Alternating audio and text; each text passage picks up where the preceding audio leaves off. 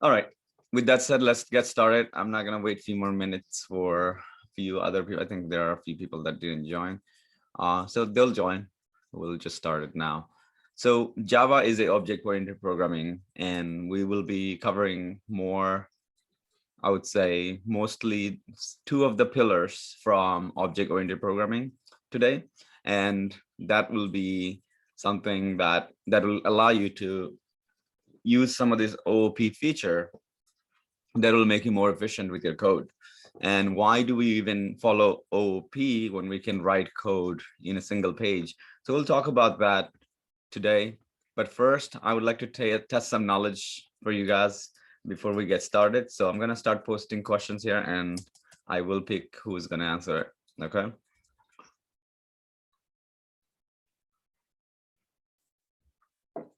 All right. So who can tell me what is how to write single? Oh, okay, not who can. I'm actually gonna pick. All right, Afrin, you tell me how to write single line comment in Java. With two forward hashtags. Okay, 2 forward hashtag, and then whatever you write here is a comment. Okay, so slash. Yeah. Comments, right? Yeah. Sometimes I also say forward slash. All right. Yeah, so next is anybody here joined brand new? Like I know there is one or two. If you know it, answer it, or if you don't know it, just go ahead and say it's my first class or whatever, so we don't go over you. Okay. Aklima, can you tell me multi-line comment in Java?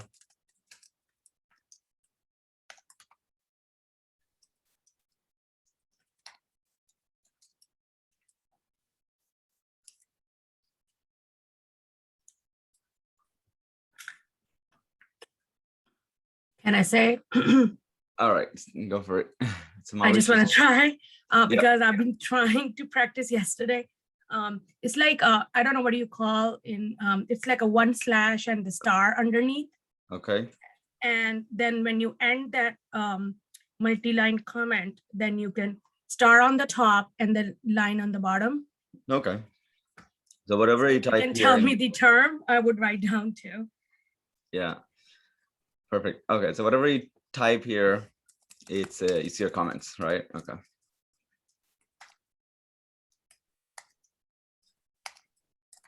Okay, so the next question.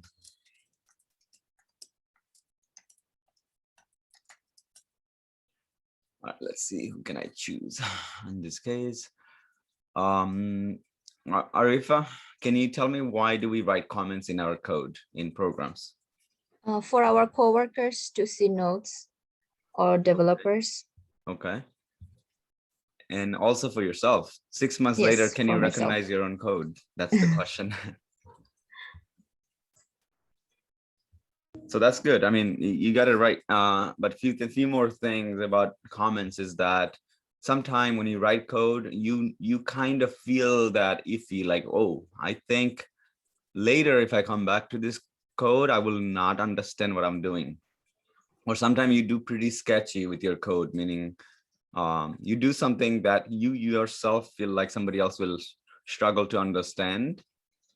Okay. It's doing the right thing, or it's doing some operation, and you want to write a comment to say, okay, this will convert this and that, right? Or this will calculate, for example, we did mortgage monthly basis, and so, right? Anything important in your code and you don't want people to mess up, you can write a comment and say, hey, this does this, and that's it. So comment is something that every programming language have.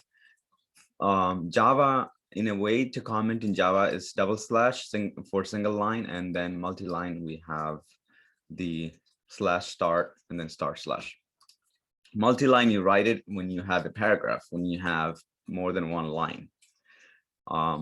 This is just makes it more readable.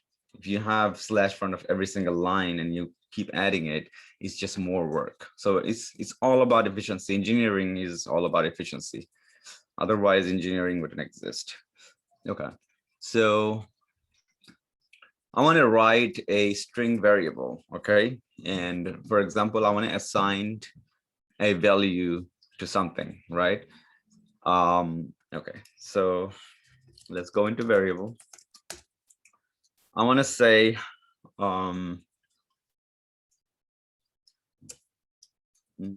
maybe like I want to assign my name with a value something, right? Assignment. So we know name is a string, so it'll be a string variable. So who, okay, let's see, who can I choose? Okay, Famida, can you tell me how do I write a string variable Yeah, in so Java? for the name, we can write string name, string name, and then we give the equal sign. Okay, And then and one of the convention is when you have a variable name in Java, lowercase we starts off with lowercase. lowercase. Yeah, I'm sorry, I forgot. Yeah, Lower. no, that was my fault.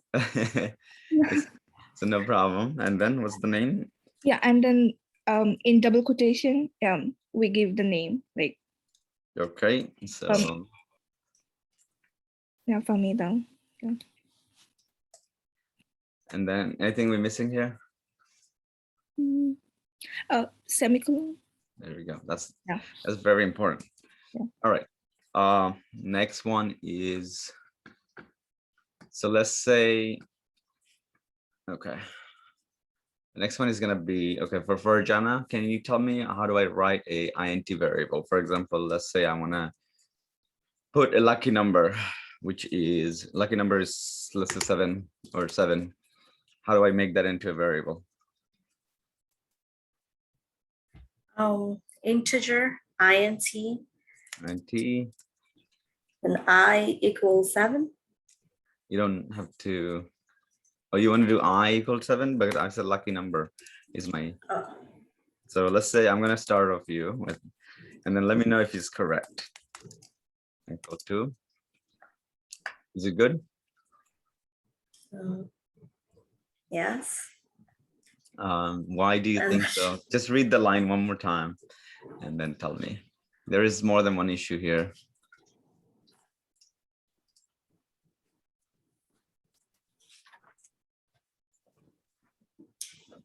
Um,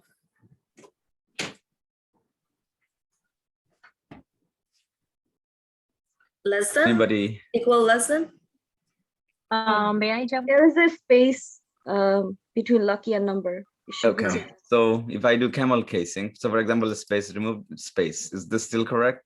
There will be No, the semicolon. number should Semicolon. be and should be uppercase.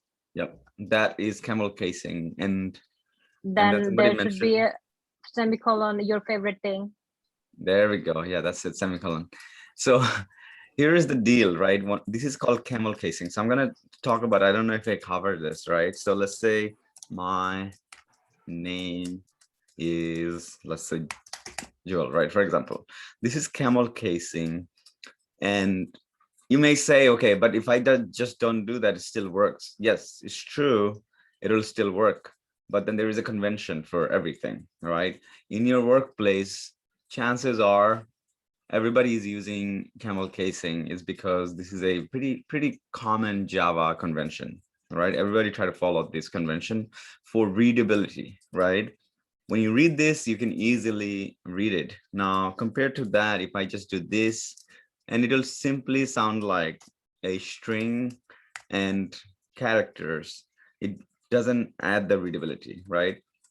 So camel casing starts with the first letter of the word is lowercase, and every other word after that will have an uppercase first character. Okay, that's camel casing. And at work, if you don't see that, you can recommend and say, hey, let's do camel casing. It's easier to read. But I would say look at their previous code and see what are the variables, how they naming it, and then just follow. So that way you don't end up getting too many questions. Can I ask you a quick question? Sure. Because I was reading like the Pascal naming convention and then camel naming convention method. Mhm. So is that something like optional, or we have to do it based on what was the previous how do I say it? I would say you can't bring a change all of a sudden, right? You join a company and let's say now you try and implement something brand new. It's going to be harder, right? It's going to be very hard for you to do that, because all of a sudden you don't want to bring change, right? You're right. So it's always better to follow their existing, and then later maybe when you're ready to bring the change, you can. Oh, okay. That was my question. So we don't have to pick, what method we should use. We just go by what the company is already using it. Exactly. So first go with the flow. Once Okay. you understand, once you feel like you can stand your ground and you feel like, okay, now it's time to bring some change, then slowly you bring some changes, right? Because sometimes when you first join a company and everything that we're teaching you, you go there and you be like, oh man, they're not following this. This is pathetic. We learned this in class and this and that. You may think that you're right, but then you quickly find out later that they're doing it for a reason, right? And so it's always good to assume that, okay, there is a good reason why they're following this, but you observe and you understand, and then later you realize, no, there is no good reason. This is just because somebody started this and they just don't want to change. Then you can say, hey, is it okay if we start to follow this convention? And then maybe we can, slowly make some changes to have everything change to this and that, right? Sudden change in QA is not even, you shouldn't even recommend a sudden change. All of a sudden, everything changed. We have new things going on. Sudden change is a bad news, right? Mhm. Because two things happens. One is that sudden change, what if something goes wrong and now you're stuck with this, issue?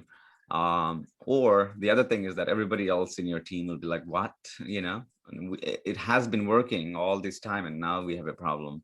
So, I wouldn't recommend sudden changes. Sudden changes we stay away from, because our job itself is like not something like sudden change. We always push back. We're not ready. Things needs to be tested, you know. It's okay to go 2 days later. It's okay to say, okay, I'm done 2 days later than saying I'm done now to make somebody happy, right? And that's what we follow in our workplaces. Thank you. As a QA, the reason why you have a lot of time in your hand is because you get an assignment and you did the testing already within the next 2 hours. You jump on the gun, you go ahead and says, okay, I'm done. You get the next task.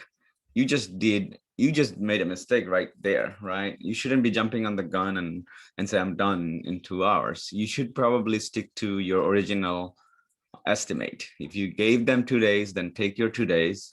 It's not because that, oh, I want to just slack and just pretty much stick to my days and just relax. No, I would say do a little bit better job. Instead of 2 hours, try to spend more time with it. Try to understand, the features and functionality. Try to find an issue. If you didn't find an issue, test it again a couple times, and then raise any issues that you can find.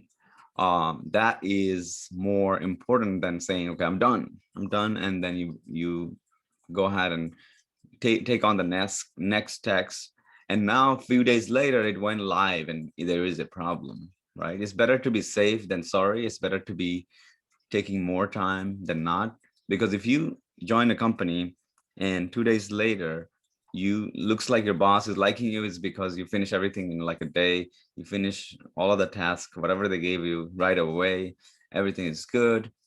There will be times where you'll miss things, so it's okay to start slow. Just make sure that it's not fast and you just made a decision because you want to make somebody happy. You have to make sure that you are happy with your work and you feel like there will not be an issue, and only then you should be moving forward, because the only job you have is to what? To make sure there is no issue there, right? That's our only job. And if we pass on something that has on issue, then we just didn't do our job.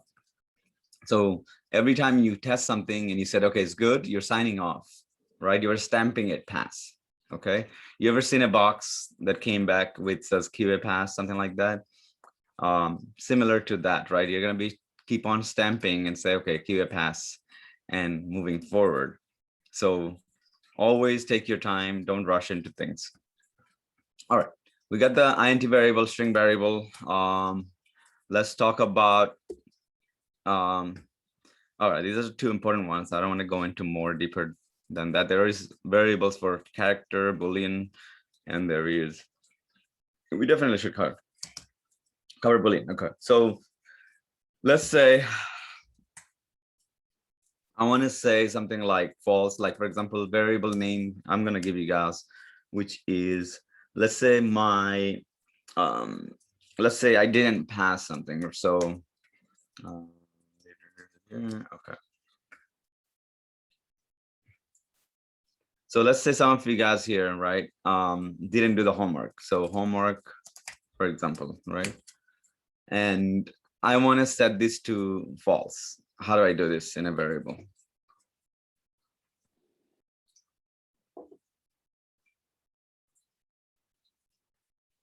Let's let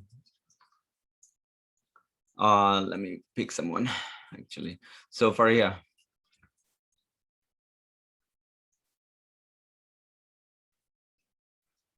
Boolean. If we say Boolean Okay, so you're saying homework is equal to true, false. false, Okay, semicolon. is this good? B is lowercase, always. Yes, I think it's good. Good. Likewise is gonna be for the somebody who did the homework, it'll be It's true. okay. Why do we even need Boolean? The reason why we need Boolean is because we want to be able to control the flow of our code to do some operation. So we can say if it's true, then do this. If it's false, then do that. So it's Yes. really helpful tool for you to use. Boolean you're gonna most likely use all the time. All right, so the next one, we talked about this. We also covered data types along with it. We got int, float, character, Boolean, and string. We already know what character is. As long as we have single line, single code, then we're good to go. All right, then we have operation. We talked about operation. Operation is basically just math, right? Whatever you can do in math. So these are some in Java, minus, plus, you have multiplication and division right here.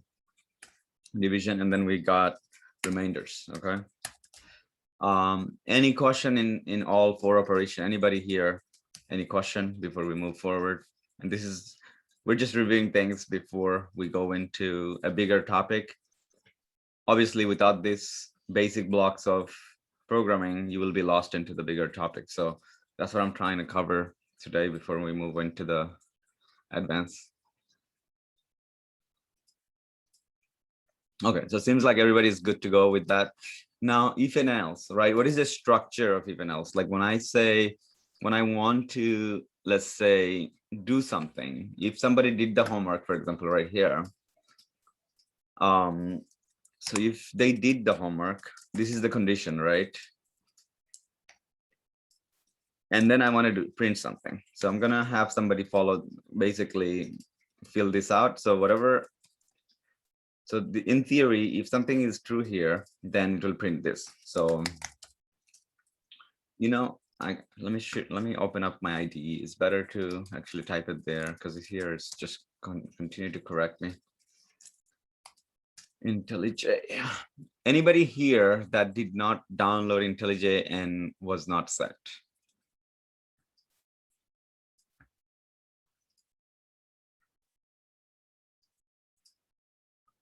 All right, I think this is the last class when we did some, I'm gonna just create a new class here so we can start to write some programs. Let me just wait for it to finish.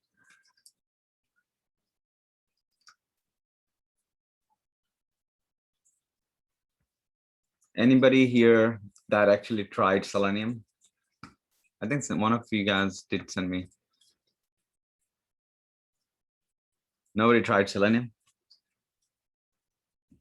Okay, that's fine. That was a demo class, so I don't expect. All right. OOPS. OOPS.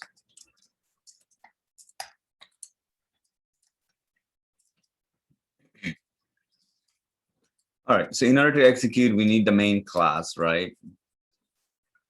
We need to have our public void static main. Remember why do we even have it? So this is our class name right here, and this matches exactly the way the class name that we put in. So for any reason it doesn't match, for example, like this, I just corrupted it, and now it's all red and upset right into our IDE. And now what we can do, the IDE also helps you, because now the IDE recognizes that you kind of mess up the class name. It'll say, hey, do you want to fix it? And you just do rename, and now it will rename the class itself, because you thought it thinks that you want to change the class name, right? So I'm going to change it back.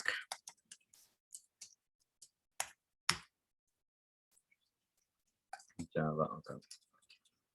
And now it says rename, and that's it. Now rename to OOP Java. All right.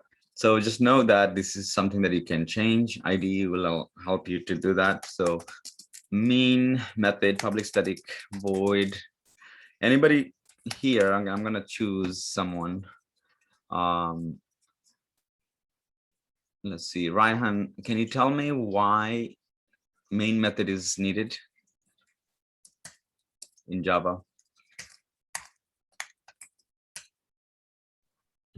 To write the strings. I mean, because that's the main class.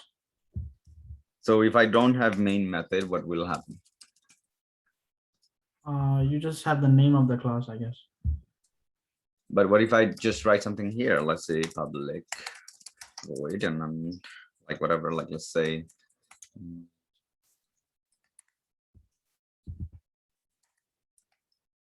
And I type my, basically, this is a program. Let's say I write my program right here.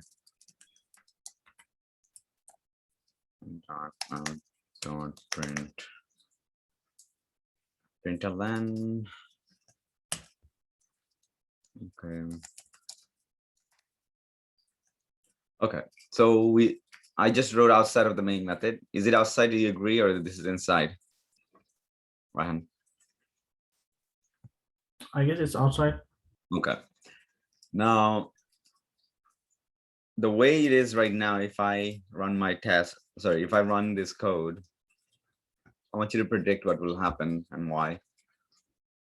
Do you think it will print anything? Do you think it will print this? No. You said no? Yeah. Why do you think it's not going to print anything? Just because you have this like public static void on the bottom, that's why. Right. Anything, any program you want to execute needs to be inside here, right? Yes. So that means this will not be executed, right? Let's give it a try.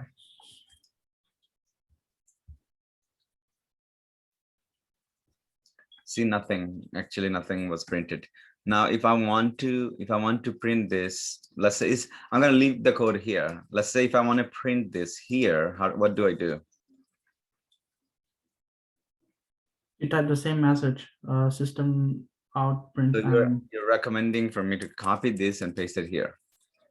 Not the public void method, just the system out println. And this. But am I not copying, like, don't you see, like, okay, one of the, and this is a good thing, right? I think there's a, okay, I see the problem, because you see, So think about this way, right? If I just always duplicate my code, if I always write this over and over again, isn't it better to make that into something so I can just keep calling it? You know, think about this way, right? You familiar with functions? Yes, I am. So function is basically, it does something for you. It is very specific, right? It takes something and gives you something in return, or it just does something. In this case, we have a function in Java we call method, okay? And now I gave it a name as method, and I can say my function, for example, right? And my function is to return something to me. And now I would like to print that, right?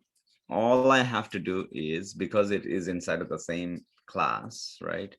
I can say I just gotta call the name of it. So I'm gonna copy, usually it's a few things I copy when I write programs.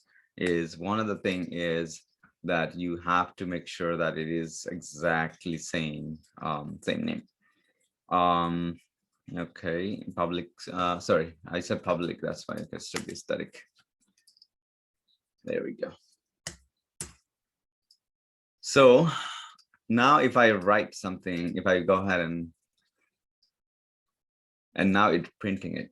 What we have just witnessed here is that there will be time during programming where you find a useful block of code, right? So this block starts from here and this is ending. And now you're writing your code and you realize, wait a minute, I can reuse this code elsewhere. I can call this code anywhere else and it will do something. Isn't it better for you to just put it into a function? And in Java, this function is called method, okay? In other programs, ViviScript, we call function. And then there are other programs that have a different name for this. But just know one thing is, what is a method? Method is like a function, basically, right? It just does something for you. You create it, and you can create in various ways.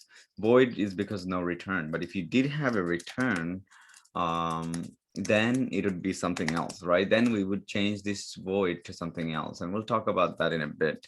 But this is how you write function. So now let's say you want a function which is more dynamic, right? So functions with parameter, and I want to change the word function to methods because we're in Java right now. Okay, so just remember, if you ever know what function is, that is it, right? So I'm going to change that to methods so we get used to the regular convention of the way of calling this function, right, in Java.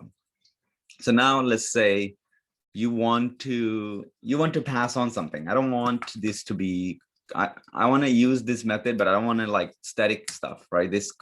This text is going to be printed regardless of what, right? So what I want to do, I want to print maybe like, when I call this function, I want to make it more useful. I want to print whatever I want to, whenever I need to print something, for example, right? So I don't want to call the whole system.out.println. I just want to be able to say, I want to just print whatever I want, right? So let's say I will create a function name print me, right? Or print text, for example.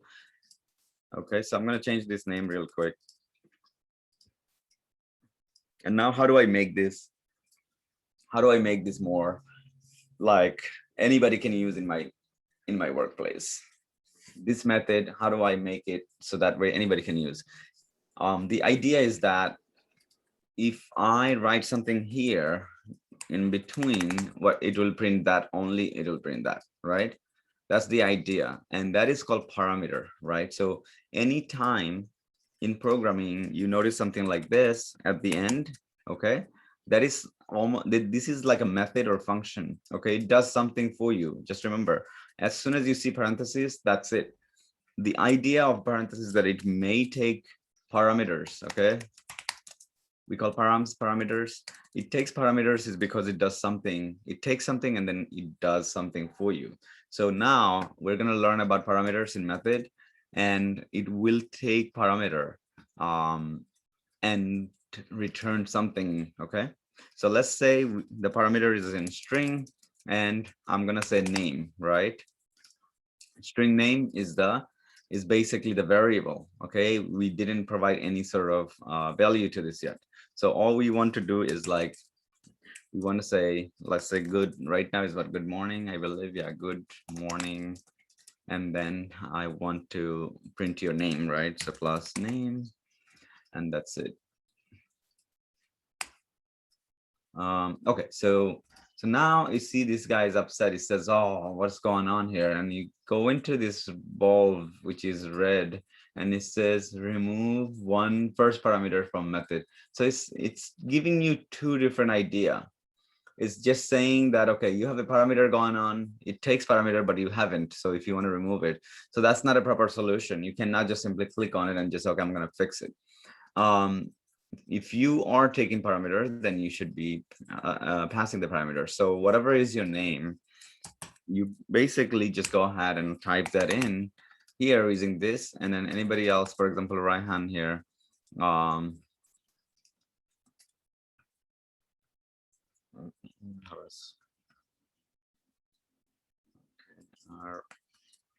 Raihan here, and then so now let's see, I'm gonna pick somebody. Fatima, can you tell me what will it print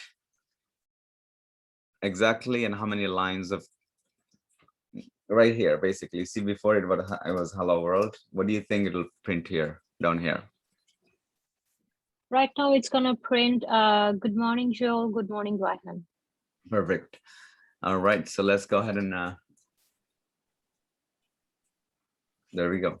So now look at the usage of this single line code here, right? Or 2 lines or 3 lines of code, right?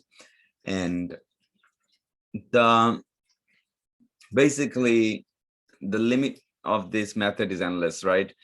What it just did here is that a method allow you to have pretty much done the same work without having for a need to copy and paste some of the code that you needed to write for this method. So it will not make sense to you. What I'm saying right now is because it's a single line. So you could easily have a single line. But what if you had a multi-line, right? For example, it takes a string and it takes, for example, int value, let's say age or something, or and then you do some calculations here, right? So if and else, right? If age is more than, let's say, if is oh, what am I doing? Okay, anybody see the difference here?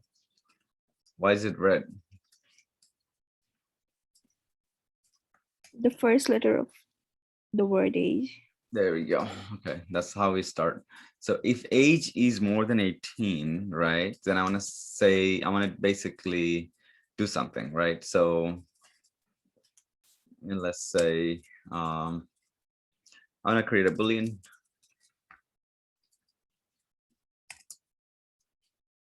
Okay, Boolean qualified. So maybe like they're, let's say 18, okay, so qualified to enter but not allowed to drink, something like that. So if it's like, let's say age is more than 21, then they're allowed to drink, right? So I'm gonna say qualified to drink in, obviously in US, right? So it's gonna be true,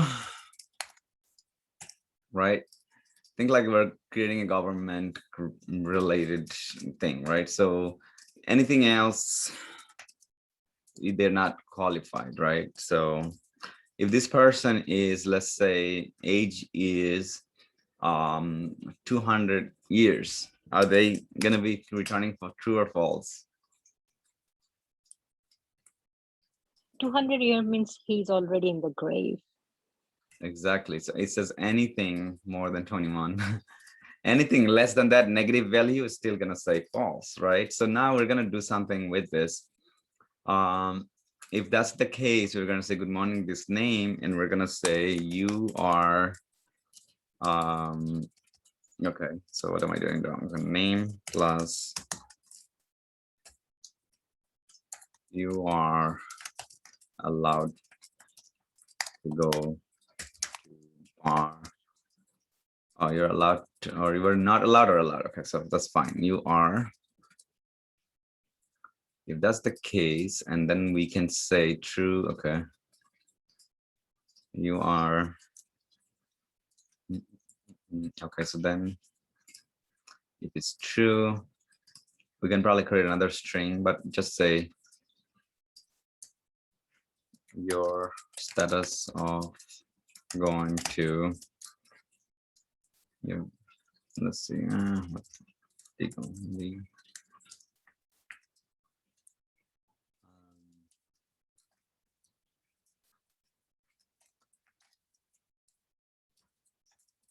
Going to bar is, and then I'm just gonna say qualify to drink. All right, and then okay, so here's the problem. Why is it break? Even though I have a variable going on here.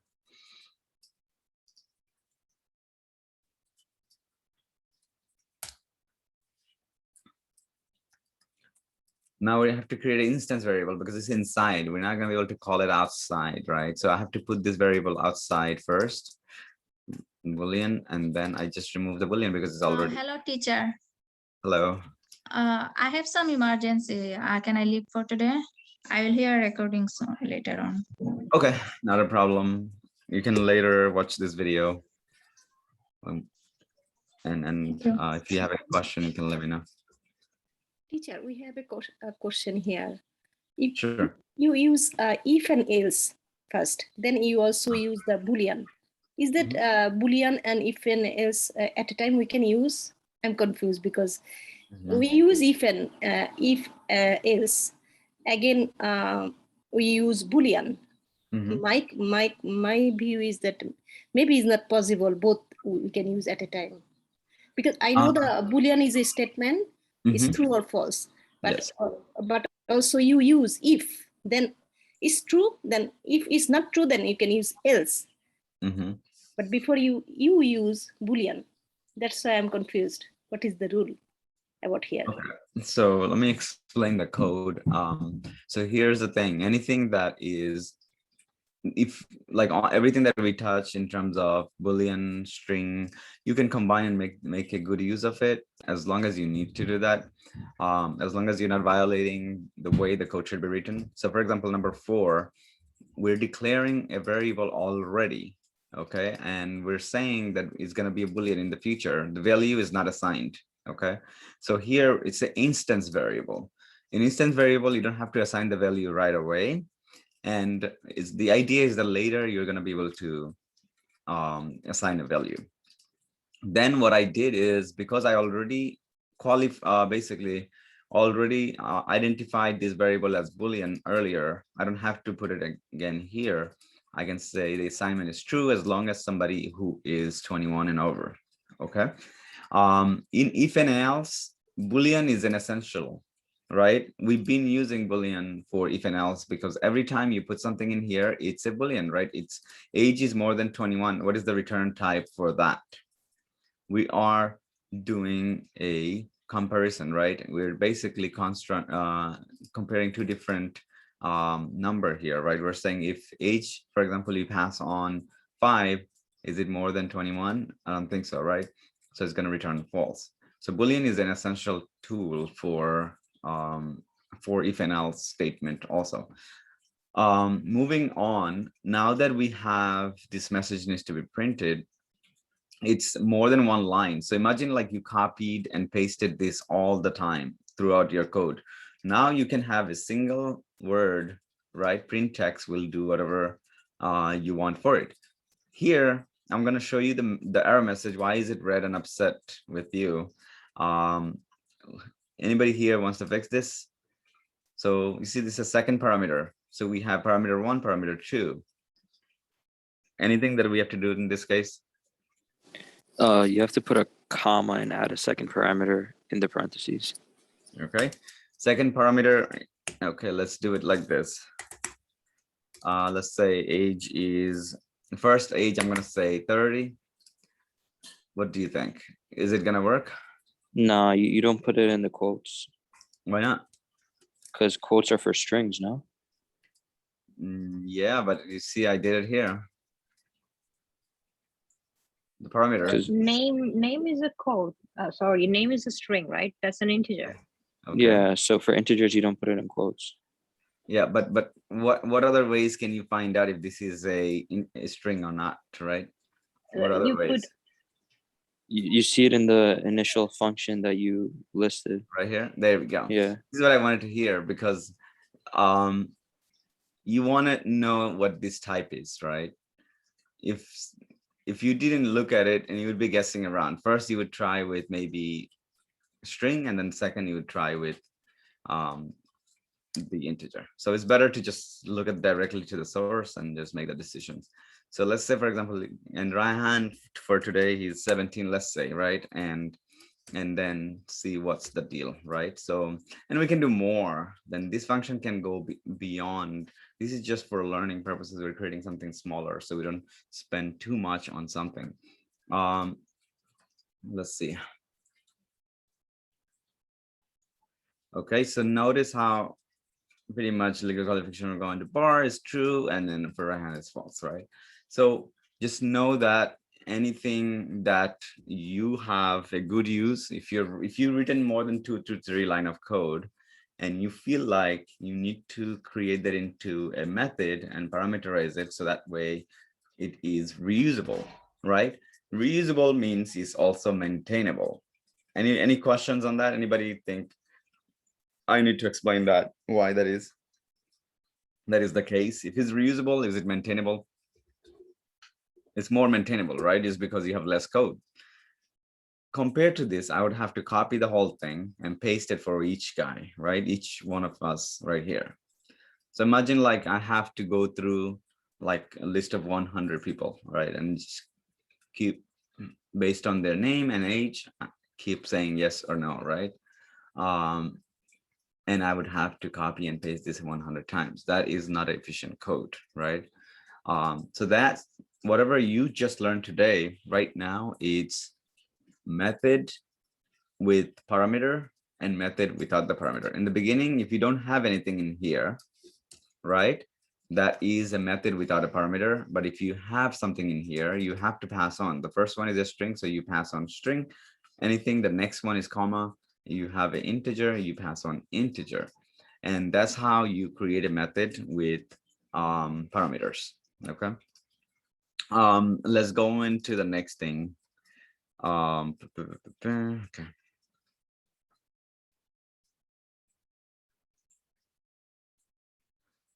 All right, so once we learn the method, let's go in and learn about inheritance. We're gonna probably skip few things on the way, and then we'll learn those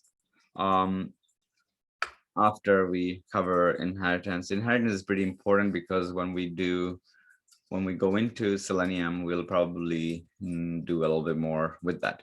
It's 11:48. I think it's better to give you more examples with Selenium itself. So as you can see, the first test that we created, right? Well, how do we apply the same methods and stuff, right? The way that we did right here. How do we apply this here and make our code more and more usable, better, right? You know, so we can simply take this and make it a parameterized method. Okay, and say if you're looking for an element, on the parameter will be this one and this one, right? This is what you want to type, and this is who you're looking for. This is the element that you want to target. So you can parameterize it using this and this, right? All right, so let's go into that. Before I go into that, it's just gonna get more and more advanced. I want to ask you guys a few questions. Is out of all of you guys, what do you feel so far with the basics that we covered just today? Do you feel you have enough confidence? I think we only did if and else. We still missing switch, for loop, and break, but those will be fine. But at least the basic blocks of Java or basic fundamentals of Java, you guys feel confident? Can I I'm say good. something? Sure. I definitely get the basic concept, like, which you just taught us, like, before and now too. I'm just a little bit confused and nervous about, when you do the coding thing, Right here. like, parameter methods, these all methods, it just makes me sometimes confused, I can't memorize it. Mhm. So I don't know. You don't have to memorize it. This is, again, I'm gonna give you guys a piece of advice. I think this is really, really important for all of you here. Is if you try to memorize it, it'll take you years. If you just do the work, you'll be more interested. If you basically just practice, you'll be more interested. Try to build something. Okay, I know a few people already sent me code for building that mortgage calculator. We did it earlier. And once we finish with advanced, I'm going to ask you a bit more complex program for you to build, right? And I want you to not only use a single page. This is called flat file right here. This is a flat file, meaning everything belongs to the same class, right? The problem with flat file is it's not maintainable, is because you have to go to each and every single class and make changes if there is a change, right? And in programming, chances are reusing some of these things is high. So we want to make sure we reuse. And that's one of the main topic for today is object-oriented.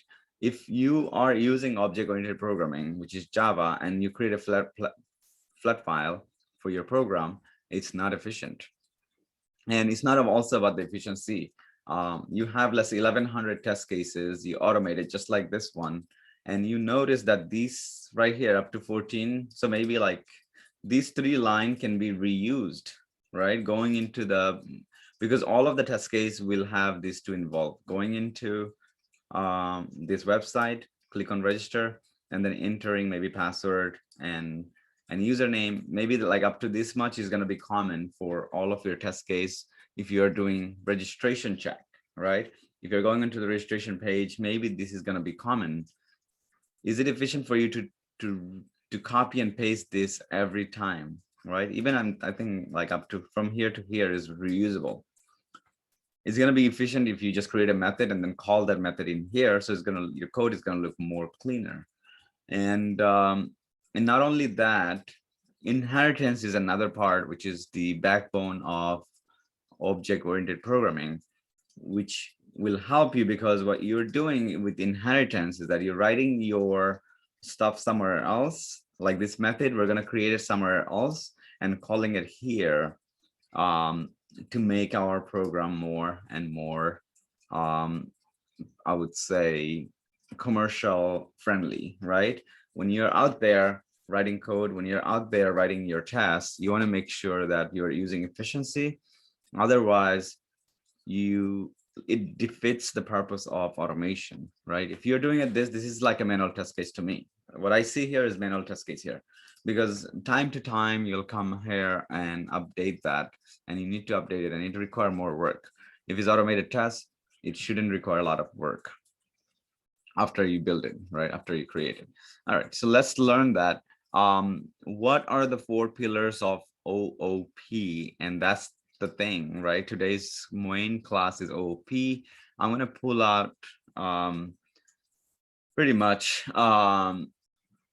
the website that I recommended to you guys just to go over. And this is, again, this is something that we're going to be, you are free to use. W3 is probably a good place to be in, even if you are at work and you forgot something, maybe like if and else, you want to use if and else and you forgot, just click on this and start to look into it and then use it, right? Your boss comes behind you and be like, oh, you're in W3. You're fired. No, that's not how it works. Okay. This is part of your research. If he comes behind you and see you W3, I'm like, oh, hey, how you doing? Oh, I see that you're in W3. Yeah, I'm trying to just brush up on my Java skills. I think it's been a while, or I think there are a few syntax that I don't remember.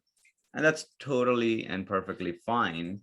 Now, let's say for any reason you can't use W3, or maybe it's blocked or something, and you're in Google, you can always say if and else in Java and any other website that you can find. For example, this direct Oracle, and obviously this is Oracle created Java, so therefore you're using the manual, right? So if you are a plumber and you want to install a light fixture and you read the manual, you're fine. You're the owner who basically asks you to install it. They don't care. They just want you to install it properly. So that's why it's important that you read manual and then write your program. So if you are using any of these here, and these are the topics so far in here, I think we covered all of them right here. Okay, these are the basics. We're today going into advanced, going into more like OP. All right, what is object oriented programming? Okay, object oriented. Go ahead.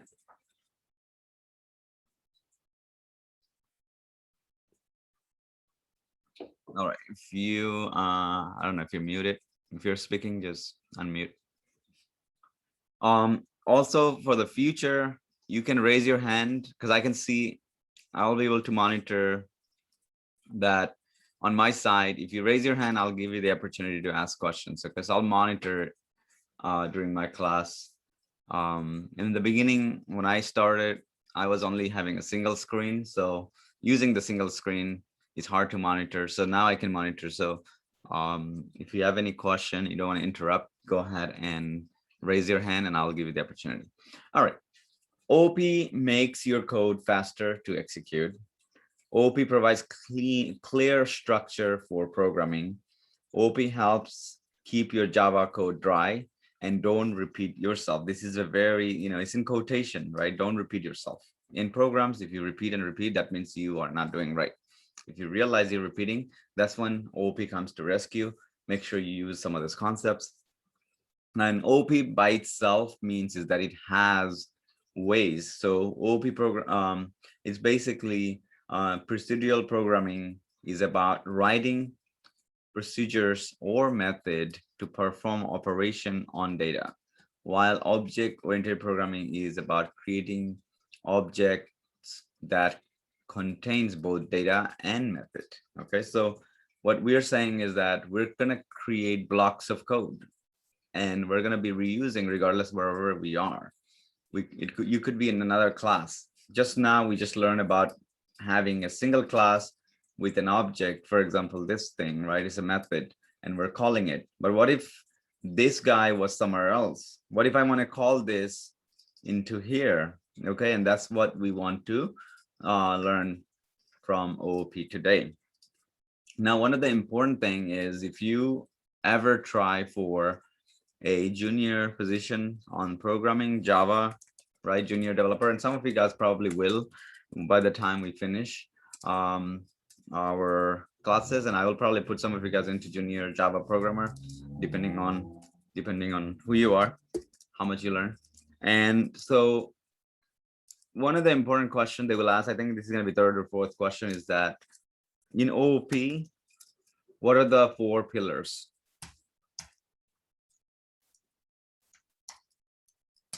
Okay, so 4 pillars of OOP: encapsulation, abstraction, inheritance, and polymorphism. And then this is also true for Java. So I can say Java, give me OOP for Java. 4 pillars, same thing: abstraction, encapsulation, inheritance, and polymorphism. If you know all 4 of them, it's really, really going to help you write efficient code.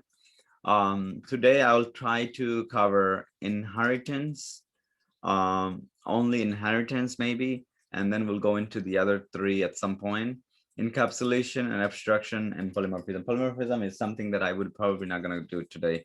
I'll try to encapsulation, but inheritance is something that I value more, at least for our test automation.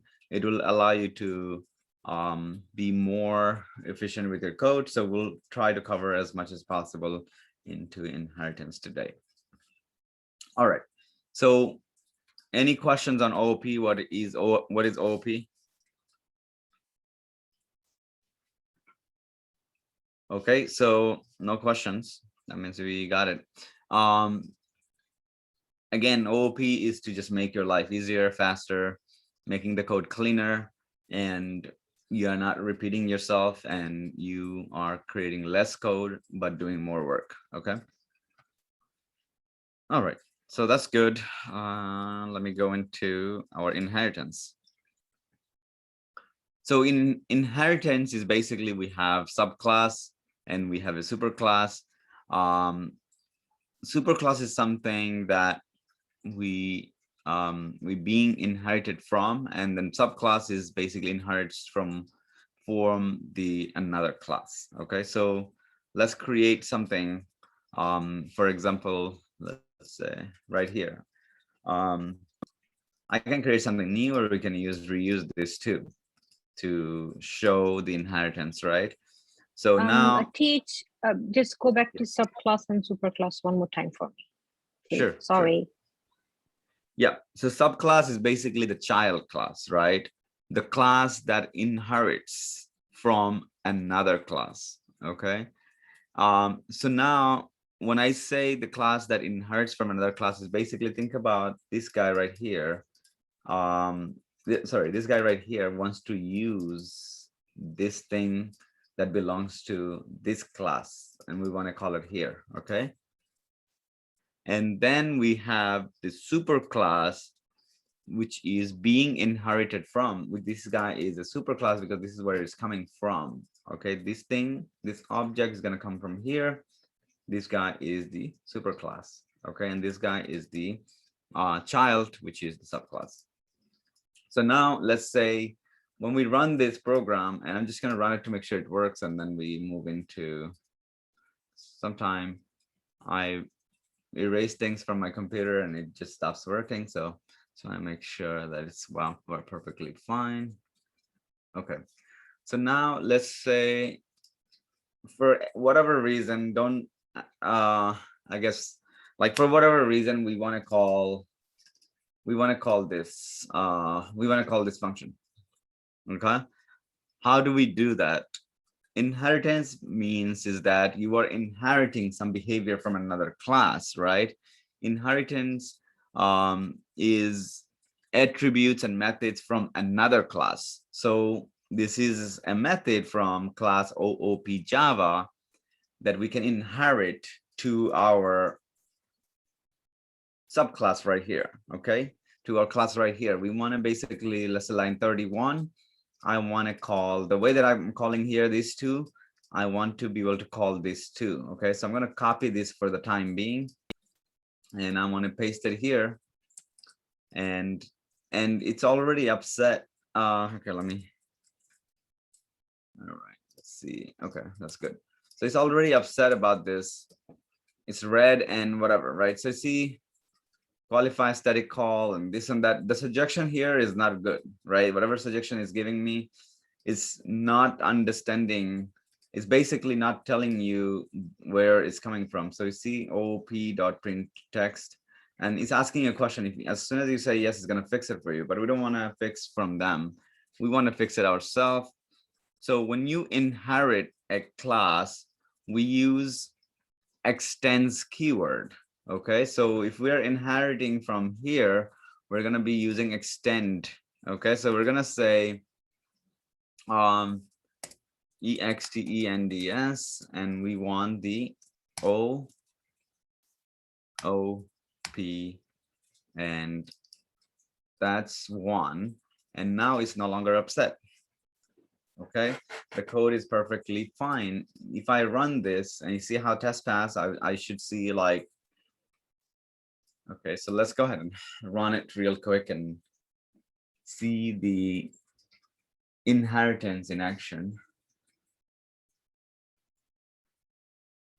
Okay, so you see like good morning and all that stuff that we had it in the other class. I didn't even run the OOP yet. Okay, so now I want people to just understand this, right? So let's say I go ahead and remove this, and what is it that you're gonna see now?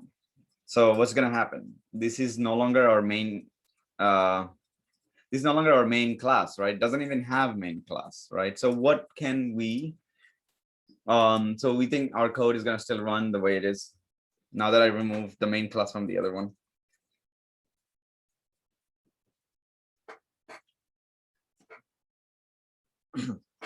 Anybody wants to go? Let's see, I'm gonna pick people.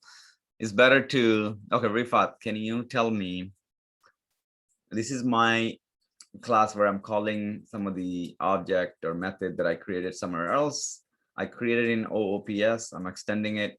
That means I'm inheriting the methods or objects. And on this class, I did have a main method. Number one question, did I even need a main method here? And number two question, will it even execute because it just doesn't have a main method?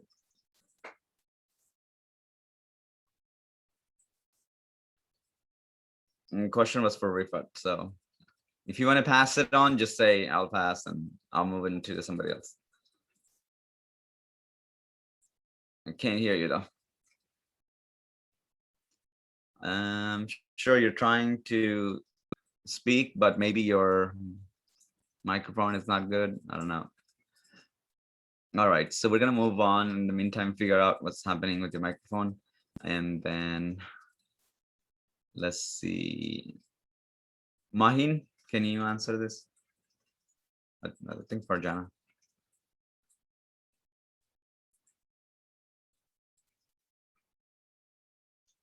All right.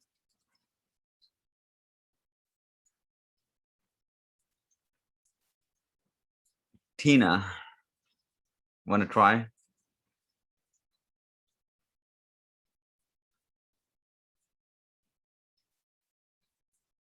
Okay, looks like everybody wants to hear from me. All right. Can I see the other program one more time? Sure. So this is your program, right? This is your It has a static. I think it will run. Please don't kill me. Okay, so you're saying it'll run, and it'll do the same exact thing, right? Because there was some code. Let me just bring back, right? So this is. Oh, yeah. I'm just removing this code. Okay. Oh, you remove. Okay, no, then it won't. Anybody else? Okay, how many people? I'm gonna do a vote here. Okay, so Yeah. who agrees and who doesn't agree? So I'm gonna agree equal to number, right? And then disagree. Okay, let's see. I'm gonna get some numbers here, guys. So I want everybody to speak up one at a time and go ahead. Start giving me a vote in here. Because technically, if without main class, if there is static void, it should run. But there is no input. So how it's gonna run? That was my point, but I might be wrong. So this no longer has a main class. Static doesn't make any difference, right? Because it doesn't have a main class. But what you're doing, you're saying in programs, right? I'm gonna remove this. You're saying starting from here to here is a block of code. You would like to call it from this class, which already have a main. Yes. So now does it change your mind? So it should run. Exactly. So what it should run. It should run. So what we as a human being, what we see versus program. The program doesn't see this. The program sees something like this. It basically literally the whole copy this, and I'm gonna, what the program sees is this when we are calling this, right? Okay, so you're saying print text is basically block starts from here to here. So main method is not necessary into this class to run it because you are calling this guy inside of a main method somewhere else, and that's exactly it will run. Yes, I was right. Why you make me confused all the time? That's good. I want to confuse. I'm gonna know if there is some understanding instead of pretty much guessing, right? We don't want to guess. In programming, there is no guessing, right? So we try not to guess. All right, so there we go. It's either yes or no questions, and it should be crystal clear. Now let's do one thing. Let's make this code more cleaner now that we just learned a new tool that allows us to put our things that was reusable elsewhere, okay? So now, don't you think this thing right here is always gonna be same? Going into this much code will always gonna be same. Do you think that? Pretty much, we give it a name. So let's give it a name first, okay? So this block of code is going to be always same for rest of your 100 and 200 test cases. if you work for this company, for example, right? Is it agree or disagree? Because you'll still have to open the driver. You still have to go into this URL before you do anything else, right? So it makes sense. So I can say something like this, like, we have to probably also we have to also leave out the driver because driver needs to be outside. Okay, so I can say something like go to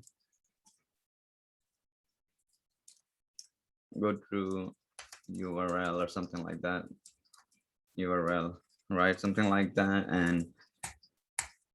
And I will still have to set driver something, you know, I'll still have to leave the driver outside.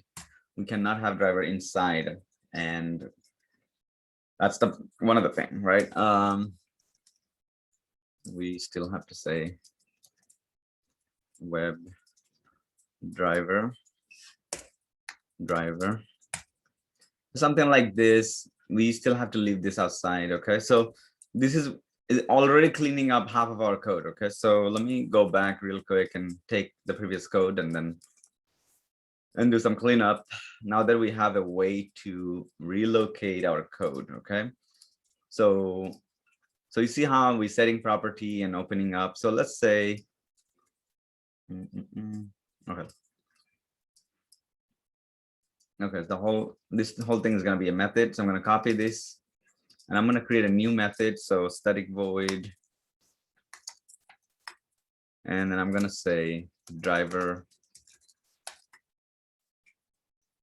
open. Okay, create driver and go to, for example, create driver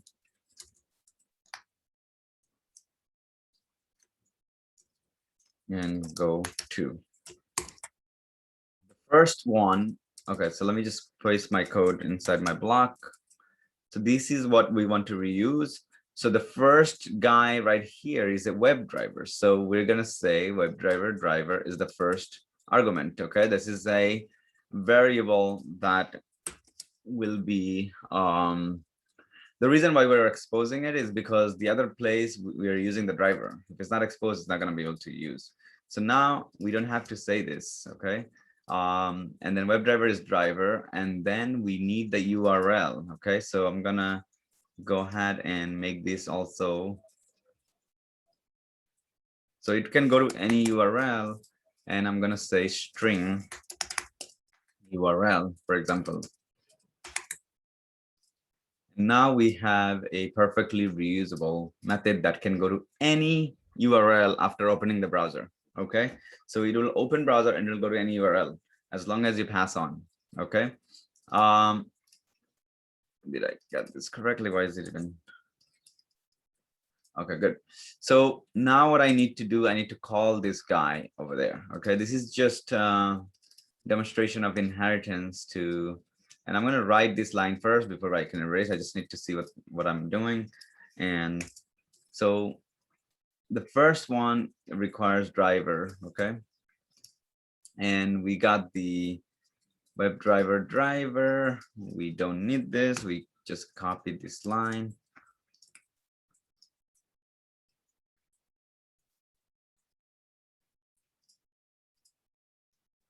Initialize, didn't we initialize this? Okay, new, okay.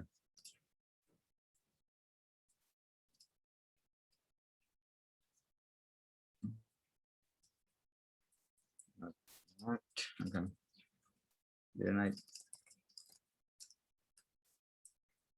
Web driver. Okay, 1 second, guys. Let me see something that I'm not thinking straight.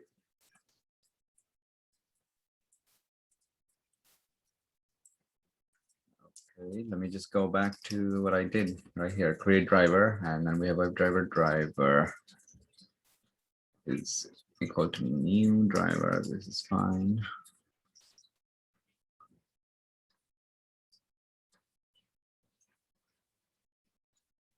Okay, so this should be a return because we want the driver to be returned, right? So that way we can use, so it shouldn't be a void, that's for sure.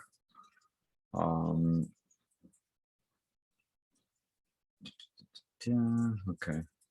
So WebDriver part, we have to leave it outside, okay? Because for now, and then we will go back to this in a minute because it's gonna be harder for me to explain in the beginning, right? So let's say we're gonna take the other part of the code and make it cleaner, okay? That's what we want to do first, okay? Okay, so we'll leave this for now. We're gonna move this to a driver class separately because that's how we do normally at work. All right, so let's say we are going to register page and enter username, password, and confirm. Okay, this is going to be separate, and then click on submit. Okay, so this code can be reused, so we can copy this and move it from here, and we're going to say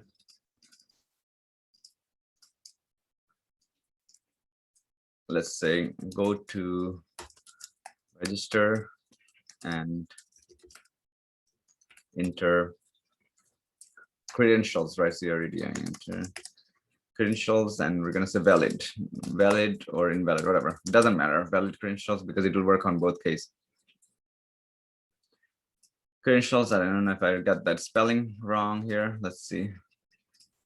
Rename, go to no. Okay, they want me to fix it. Okay, fine. So in here, what can be parameterized? Tell me. First, register, we'll leave it as is because it's going to register page. We can parameterize. We don't have to parameterize locator because it's already, we know we're going to register page. We can parameterize what can be reused is that username and password. We may want to reuse that. We may want to use different username and password. So the first thing is string.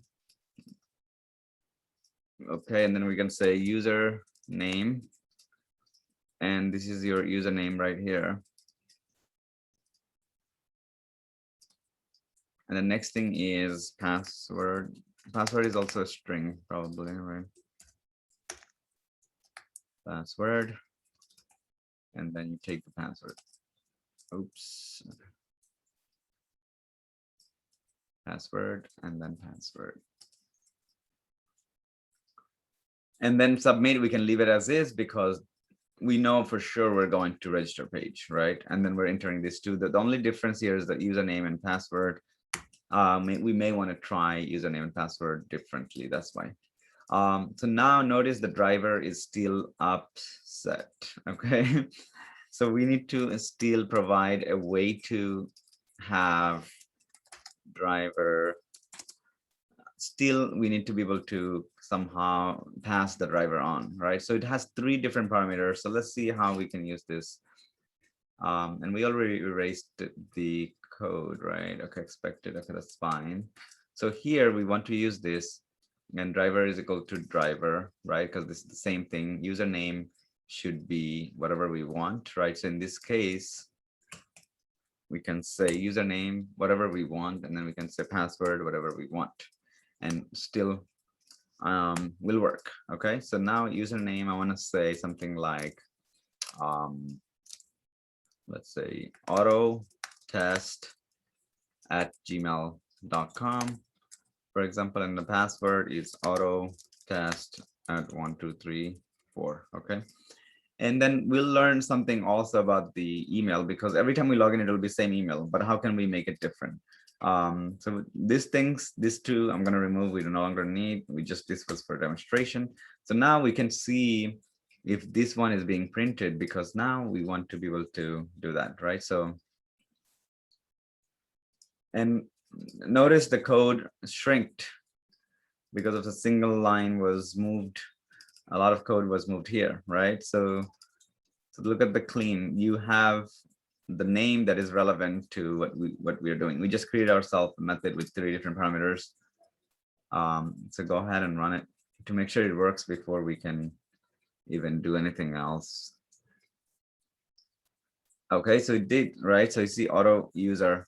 If I change this to whatever I want, 1, 2, 3, and it'll still work. So let's say every time we run this, we want to have we want to have basically a number in here. Let's say, like, for example,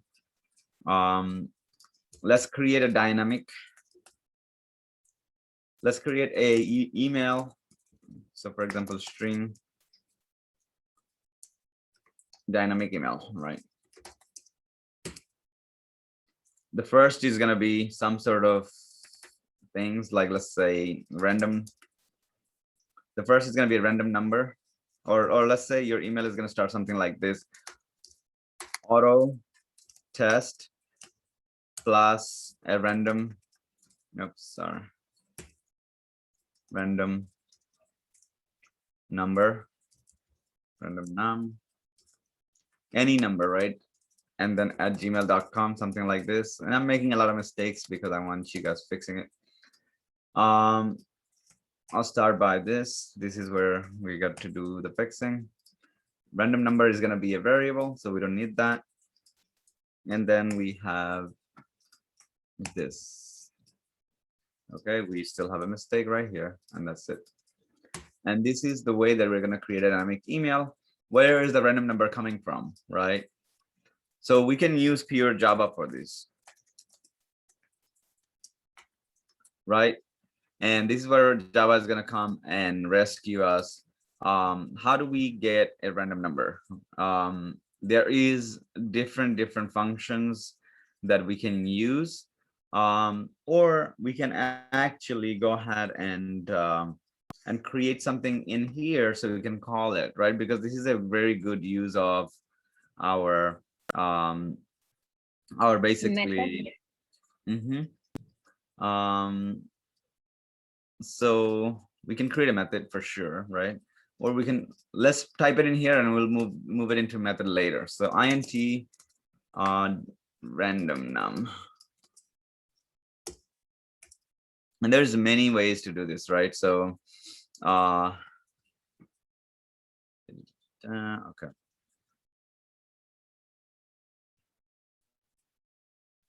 And then let's say 50 or something, right? Math random. Okay. Double anti random anti. Okay. Okay, we can use math random maybe, like int math. I hope you can call this. Okay, math. There we go. I can call it here. And then you can do a random function is there, so it'll scramble numbers, and then we can do something like this: 50 plus 1. Do it like that. And now we have a random function that should work to create a dynamic email. Now we no longer need this guy, and we can have this too. Let's see if it works. Run it real quick, and then we'll move that over to somewhere else.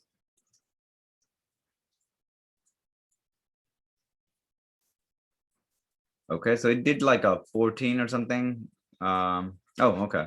Hold on a second. What happened? Okay, expected charge probably failed. Okay, so now how can we fix this test? Expected failed because it's a static. This is always going to be like that. Expected result is always static. How can we make it dynamic? What is the fix here? Let's see, Rifat, if your microphone is good now, so you can tell me, how do we change? We should be able to change our tests to do some things, right? Whenever things changes in our code. Rifat, you're still there, or you?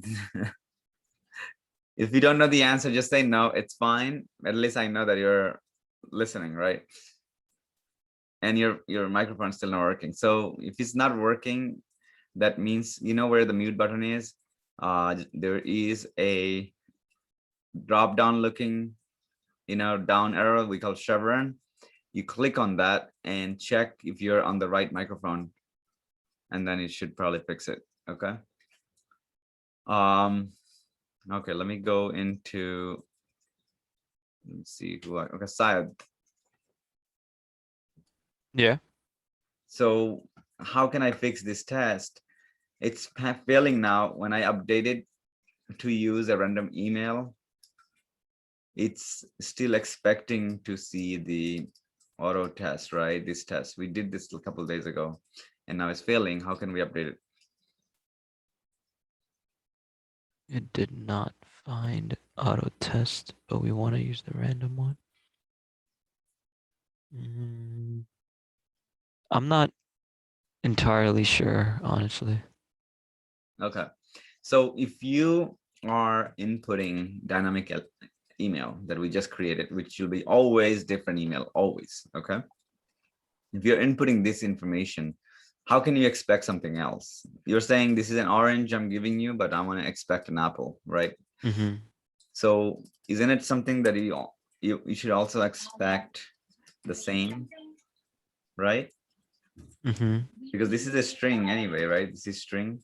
So we're expecting the string. So if I run it now, it should be passing. I just updated my task. Oh, I see what you're saying. Yeah. Oh, And you just put the name for the thing there so it can generate it. yep. And Okay. now, okay, we'll move that over to somewhere else. But for now, let's see. Go ahead and run it. And it's gonna be super quick. So just look at the screen. I'm gonna slow it down probably. You see, and it's done. And it validated auto test 27. So it's basically is going to create a new number every time it runs, because that's how we kind of having a method that random. All right, so now is this a real case scenario? Yes, it is. When you are at work and they said, go ahead and register, do the register page validation. If you try to use the same email again, it's going to say, hey, you already registered, right? It'll say you already registered. So then the problem here is if you're already registered, the second time you run your test, it will fail. In this case, this website is allowing us to do whatever we want, right? That's the problem. This website is for demo purposes, so you can't expect everything. But in workplace, you will have to use some sort of random functions. In this case, I will move that over to a let's see. Okay, let me see real quick. Let me see if it gives me a suggestion. Right there, split, declare an assignment, blah, blah, convert. No, never mind. Yeah, that's not useful.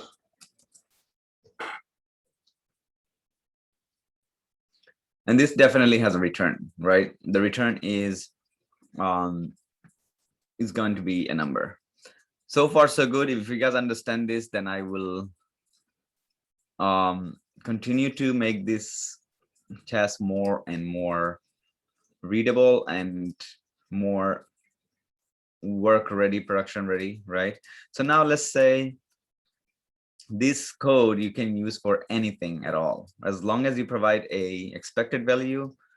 You can do a, for example, like you see 1 line, 2 line, 3, 4 lines, right? We want to make it into one single line. It always going to look for a expected versus actual. So this is probably a good candidate. I'm going to copy this. Oops. Copy. I'm going to create a method first.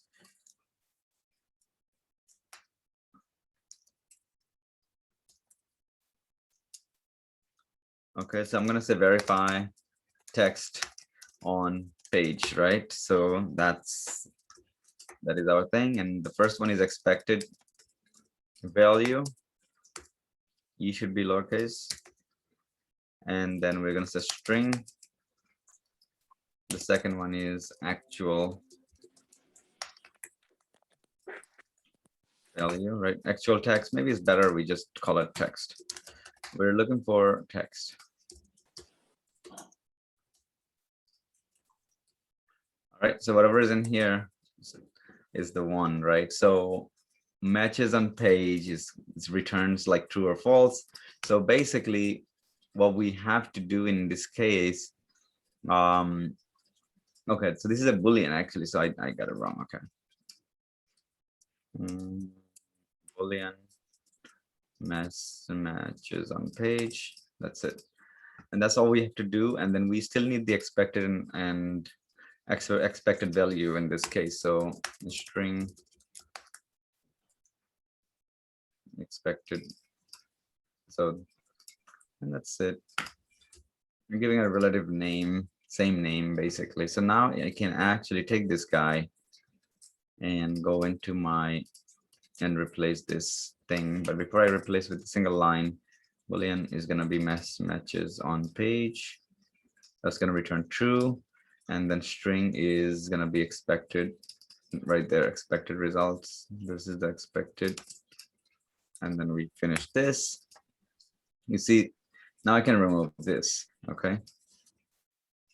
And that's it. So notice what just happened here. Okay, even we can probably remove the all right, so let's see, let me go ahead and run. I don't know if it's going to run it. I just gotta see the error message, fix it if I do find one. All right, it did pass, right? It passed. It did the validation test pass. Notice it printed. It didn't have a return type, but it did print. It did the work. It doesn't have a return, okay, because of void. So if it had a return, then we would have to put it. Now, so far, do you guys see the difference of learning OOP with inheritance and making your code more and more and more dynamic? Do you see do you see the reusability of this? All you have to do is change these two parameters and now it's ready to use for somewhere else, some other purposes. All you have to do is take this and log in somewhere else and you can call it wherever you want. You can create a next class and start calling it multiple places. Now meth.random has a return. So we have to create a return type. So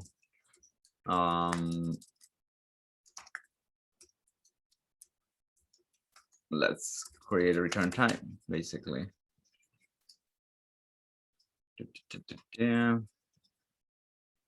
And so for return, we don't need to provide the, okay, so let me just go and create this first. And let's say we call maybe public. I think it has to be public, but it's okay, static. And then we say random number, num.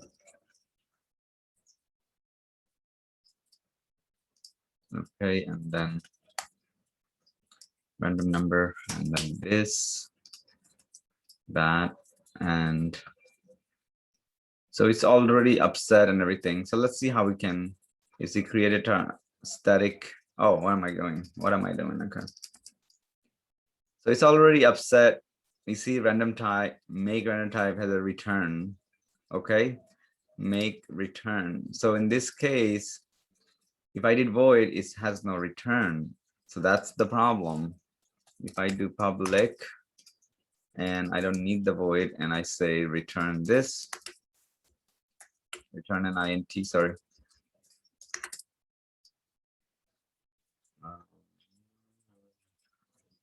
Insert expected where, okay, 1 second guys, I'm gonna now read to you or and return this number right there.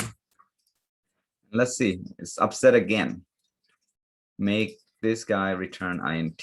Okay, so public int, and then we got a return. Okay. If I did void, static void, it means it has no return. It just does it for you. Okay, it does the operation, meaning it just prints it for you.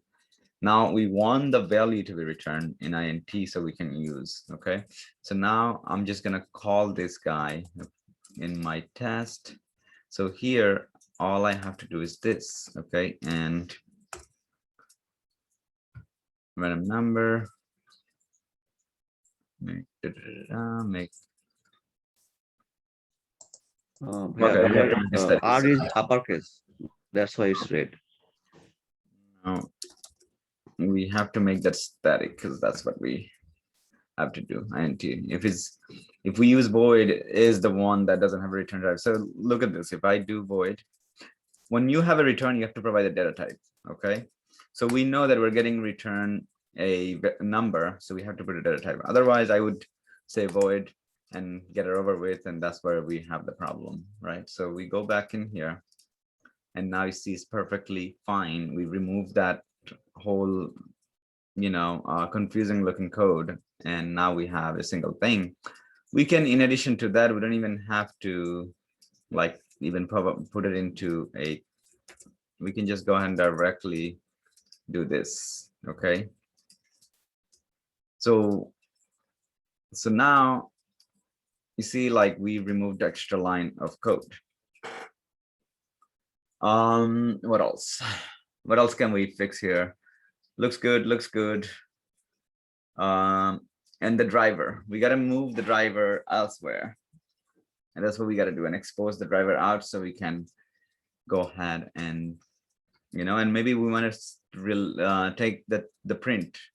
Instead of print, we want to do like something else, right? So we'll go ahead and run this first to make sure it works. And then,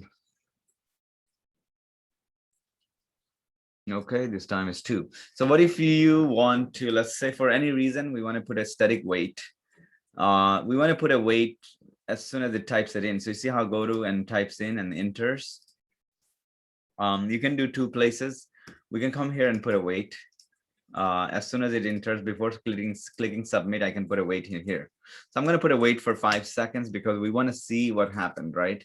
So if I want to wait, I can basically ask Java to do that. I'm going to say thread right here is part of Java, and I can say sleep, and sleep takes a millisecond, right? So that means if I say 5, is 5 milliseconds is nothing. Trust me. So if you put 5,000, and that is something, okay, that is 5 seconds. Now it's upset. Sleep is like, oh wait, I'm not gonna work here if you need to do something for me. So we hover it over, and he says we need an exception, add an exception method signature. Okay, so now we have exception method and signature right here, interrupt. So if something happens, it will basically throw interrupt exceptions. But we need to put this throws exceptions anytime we use sleep. Okay, so now that is done, and there is a related problem. What is the relation problem? Let's see.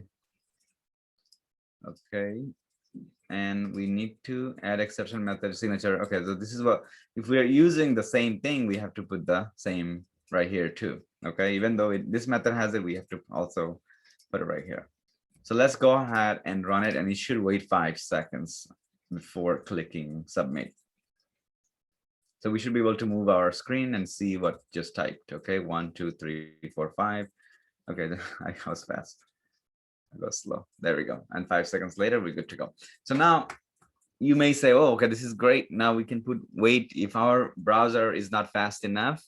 If our test is so fast that it doesn't wait for the browser, we'll put the wait. In the future, when we write our tests in Selenium, we're going to teach you a few things. One of the things will be not to use this ever, right? This sleep thing we don't want to use. We want to use a explicit and implicit wait rather than sleep, because sleep is constant. If you say 5 seconds, then it will wait 5 seconds.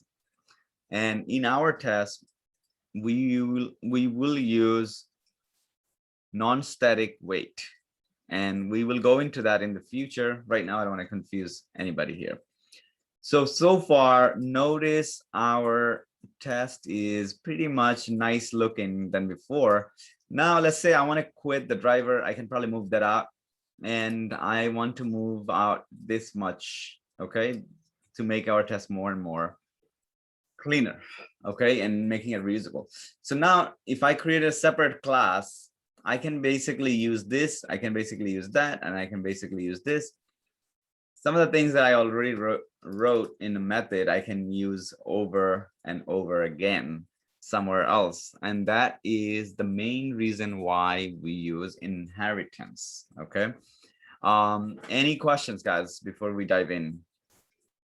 Any questions with inheritance? Do we feel that we know exactly what inheritance is and how much advantage we will be able to take for inheritance with our program?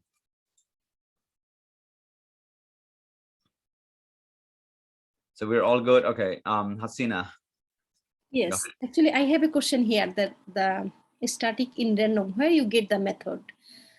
in random equal to int and parenthesis, then parenthesis math and dot random, and also close bracket, close parenthesis into 50 plus 1. Where do you get this? What is the system So here? this is purely Java, right? So math random is a function from Java that we're basically saying, okay, do some random stuff using these numbers right here, right? We're saying 50 and 1, right? For now, don't worry about it. I would say this is something more core Java programming, right? Just know the method for this lesson. As long as you know how to create a method, again, now let's say you're at work, you can actually Google this out and find how to create a random number and be able to use that. But most important thing is that how do you use it in this case. I don't expect you to right away understand this, how it works. So just focus on the method that we're able to create. We have a static. Static keyword means that it belongs to the type itself, and it's not a instance of that type, right? But it belongs to basically in this type. So these are basically the objects inside of the OOP class, right?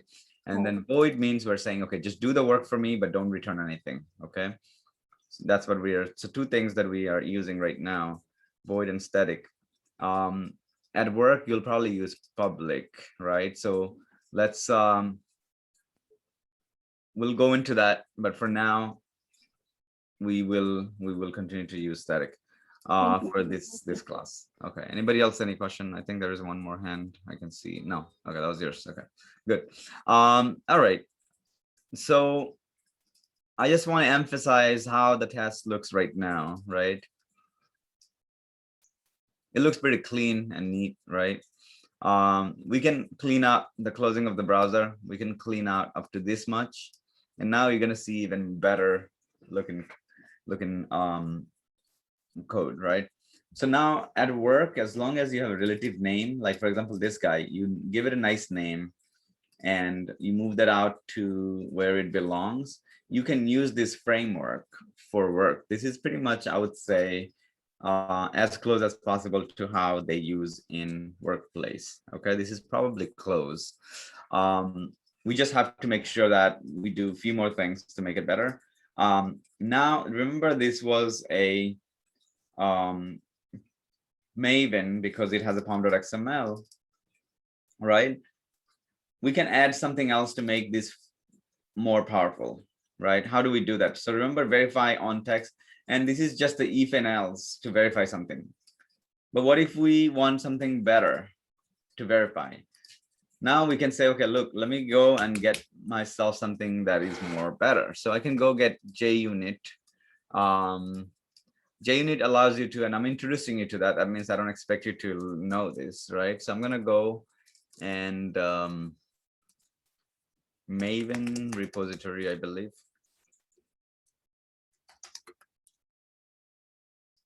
Maven repository here, whatever you need, right?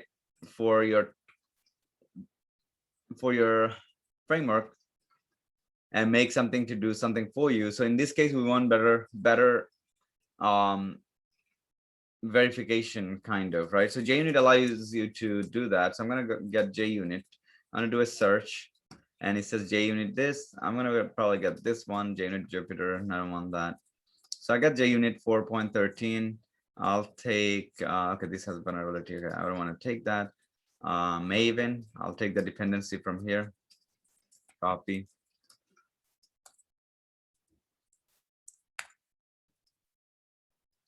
And immediately you see a sign right here that means load your Maven changes. I'm going to load it so it can download everything that I need for this JUnit.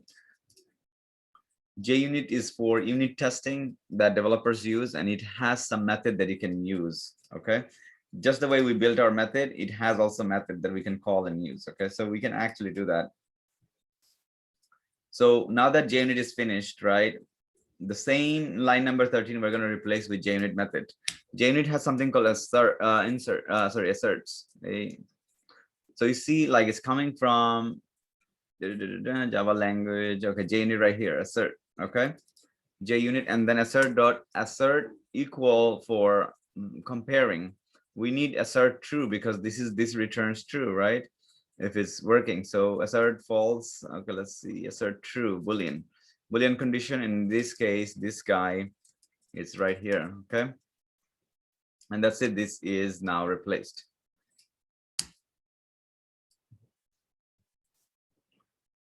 All right, so if we run it, it will probably not going to give you any return. We still need to print a message for logs. We have to do it separately. So let's see how it fails. Okay, so if it fails, what's going to happen? So you see dynamic email. So we're going to replace this with something else and say whatever email.com. And let's go ahead and run this. I just want to see it failing so we can see how the JUnit is more helpful, right?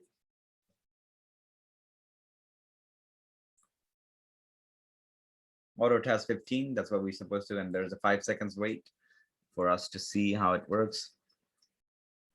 And now it's gonna wait because so assert by default is waiting for some time before complaining. Okay, it's probably gonna wait by default 30 seconds, which is much better, right, than saying complaining right away. What if your page was loading few minutes, few seconds late, you know? So it's good.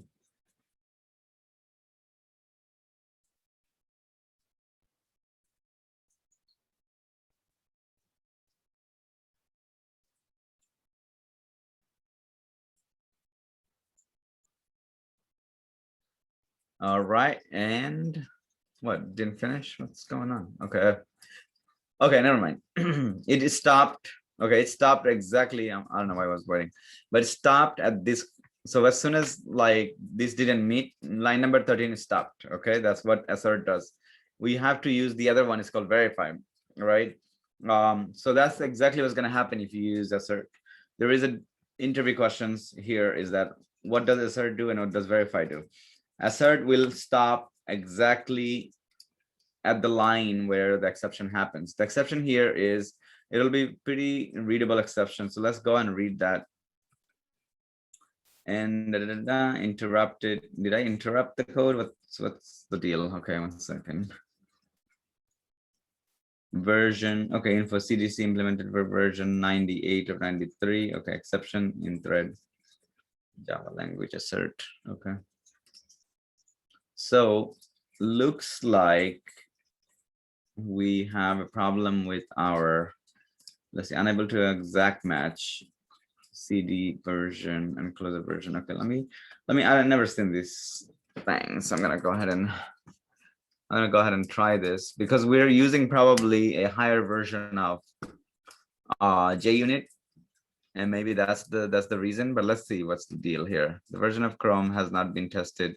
98. Oh, so the Chrome version is giving me a problem. Okay. What? 98 and 97. Okay, so what did I just update my Chrome? I just want to take a look real quick. Okay, I'm gonna go into my Chrome about 98.0.4, and my Chrome driver should be the same. It probably auto updated or something, right? 98.0.4. I don't know. It shouldn't be, right? It's got to be a problem with our JUnit that we're using. I'm gonna lower the version of JUnit that we have, so maybe it's gonna be better. So Maven repository again, repository, and then JUnit. Not 4 point. I'm gonna lower the version because sometimes when you get the latest, it always gives you a problem. So even though we have vulnerabilities, it's fine. We're gonna get something that is more compatible with, and this one is not, doesn't have any vulnerabilities. I'll click on that. And maybe we're using lower. Direct icon biscuit দিয়ে ওদের একটু ক্লোজেটে আছে আমরা বই প্লাস্টিকের বই সাদা biscuit আর কিনি করে না হাফ করে দুধ We can hear you, so you may want to mute yourself. All right, good. That's good. And then I will, this time 4.6, I'm gonna go ahead and load it. Sometime when you get the latest version of things, it comes with bugs. I just don't wanna, yeah, I just don't want to experiment it with those latest version and waste too much time. So assert, I'm going to do it one more time. I'm going to see what does the assert brings us to. SRDC org, this is the first one that came in, which is good. JUnit framework, we can probably choose it from here, org.junit. Okay. Oh, what am I doing? Okay.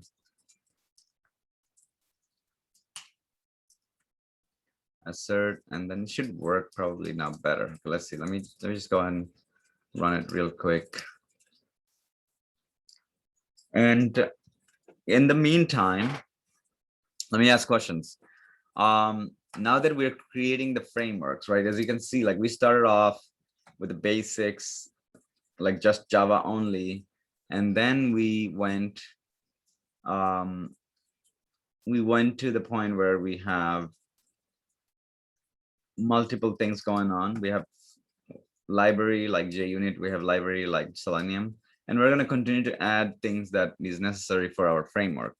So framework, when you say framework, it's basically bundle of multiple libraries that Java understands. These are like, think about, these are folders that has files, and the file has code, and each code has name something like this, and you have to use those names, and it takes parameters, and some do not take parameters. Okay, so I hope that's clear.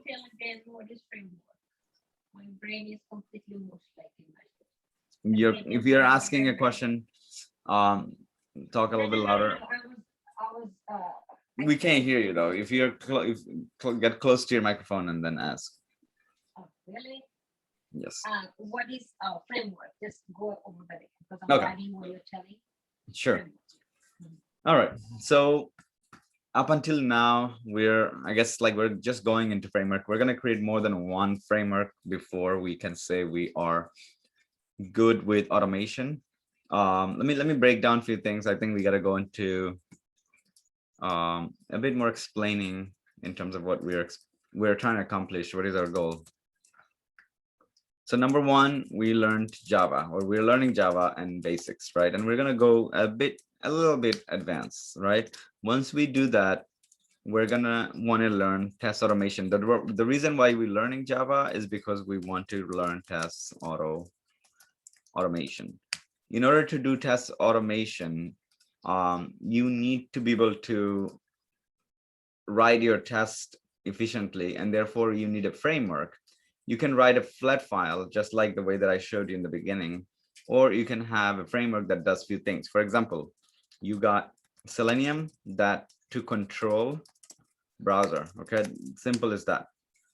You got JUnit for assertions. Assertion means you just verify something, on the page or not, or verify anything at all, like true, false, or compare, right? You can do many things, right, with JUnit. And then maybe you want to use, there are a few other things. Cucumber is to organize your test. And when you run your automated test, your manager wants a report. So Cucumber to organize and give you a nice report. Okay, very nice looking report. Okay, for your test, pass, fail, and everything. Now, let's say your manager dislikes Cucumber. Then you have an option between Cucumber. Okay, so you can say, I want to use test ng. Test ng does the same thing, organize, and gives you a nice report. Okay. So the choice is between you and your manager. This one allows you to do BDD, which is behavior driven development, and it allows you to write tests in plain English. Okay, and then you write code behind it. This one, you just write code, but it gives you a very nice structure. You have to follow the structure of test-ng in order to write your test. So we're going to probably introduce test-ng in a minute now here. Okay, and and then we will do Cucumber. Cucumber is our end goal. Cucumber is something that everybody wants, and it allows for the company to reuse code better and understand code better. If the manager is non-technical, he will be able to read your code without asking you for help, right? And also Cucumber allows you to be maintenance, I would say in terms of maintenance is easier, because you can read your own code later and say, okay, this is what I meant to do and it's not doing that, so let's fix it. All right, so there are more benefit to Cucumber, which is a living document, meaning a document that constantly changes, or people can actually use that as a document for your test cases. So we're going to create 2 frameworks moving forward.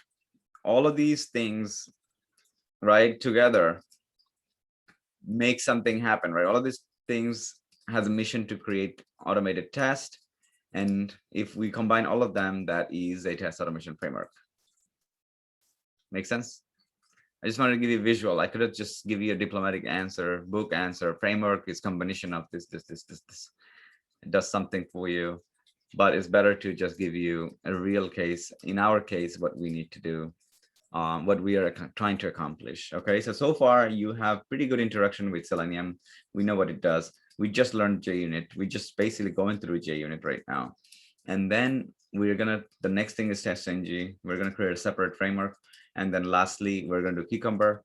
So your final project will be one in TestNG and one is in Cucumber, and you can call yourself a automation expert, automation person, right? Test engineer. But obviously not so fast. It's gonna take a little bit of practice, a lot of practice, okay, to be that point. But at least if you know what's available to you, if you know what tools you can use, that way it will make it easier for you to go and do your digging, do your Googling, because Google is your best friend, and Google can only help you if you already have an idea what you want to do, what you need to do in terms of your framework, and what you can do. So Google can give you, like, for example, I'm going to go into Google right now. So let's say I want to say something like create test in TestNG, and Google basically will give you everything that you need to know, right? Automate test, whatever, create test. And here it's giving you step-by-steps, right? In order for you to follow this and do it, for example, it's creating a driver first, right? We don't need to do that because your framework, when you join, your team member already created the driver. You just have to reuse, okay? So now what do you actually need from here? You may need, login may be already created, so you want to call it, right? That's the understanding that you need to do, right? You cannot just duplicate codes. Otherwise, everybody would just go and follow step-by-step process and write something, right? And that's why it's really, really important for you to understand what you're about to do, because it's just going to help you survive in workplace. And again, keep in mind, if you're an automation person, QA engineer, day one, if they ask you day one, write code, that shouldn't be the case, right? You can't really code day one. I joined a company and I have 10 years of experience, and they asked me to code on day one, day two. I'll tell them, like, take it easy, I just need I need a breather. Let me look at your code. Let me read your code. Let me understand your code base. Let me understand what's going on into this repository. Okay, this is a repository. For example, this is not a repository yet, but I'll show you a repository what it is. But this is your code base. I need to understand the objects. I need to understand within the object what's going on, and I can't code on the day one. So let me go ahead and write some manual test cases, understand the application, and then I will be writing the test automation later.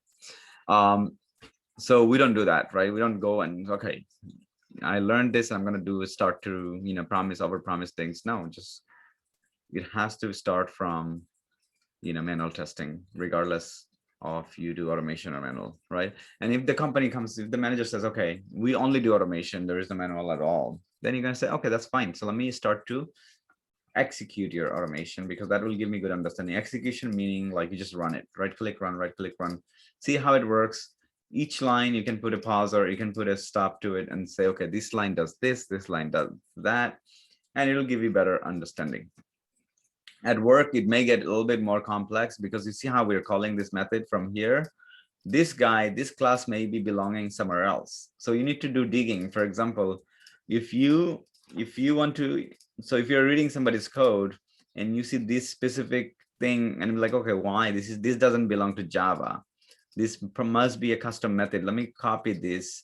You know what? I want to do a research on this.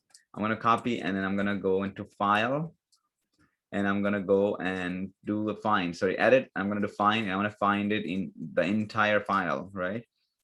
And now it will probably bring me up right here. You see, go to, and now in whole project, I want to look for this code or look for this keyword, and it tells me where exactly it is being used. The first one is declared, and the second one is use, right? So I can go into now the code and I can say, okay, now I get it. Now I understand what it is, okay?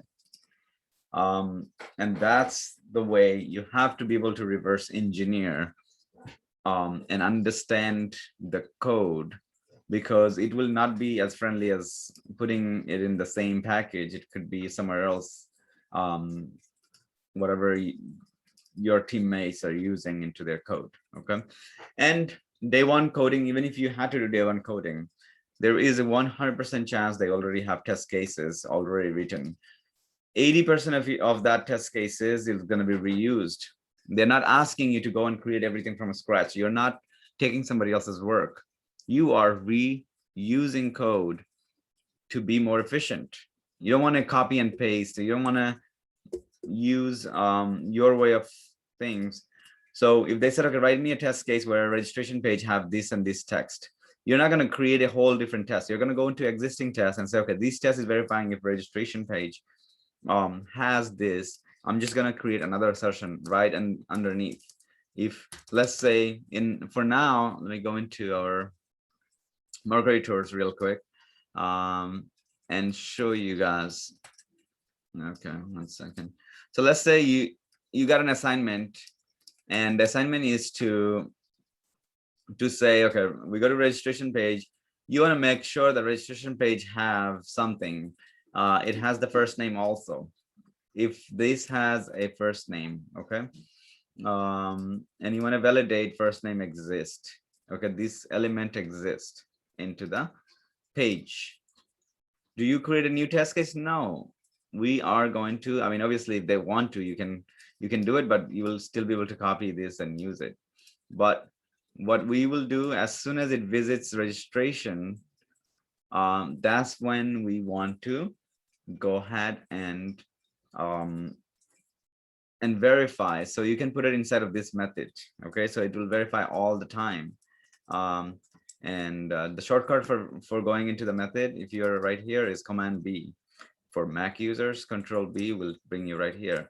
So as soon as you go into register page, you can say, I want to verify first name is there. That's it. So you can say assert this and assert that, right? Assert blah, blah, blah, assert true, for example, assert Boolean. And now you want to say WebDriver or something. Let's see, I'm going to find the first name. I'm going to basically look up. Okay. Okay. So let me go ahead and inspect this. Okay, right here. Now on the first name is right here. Okay, right click, and I'm going to copy its selector, and I'm going to do a testing of that. And you see, this is equal to that, but it's crazy, right? It's basically, this is this label.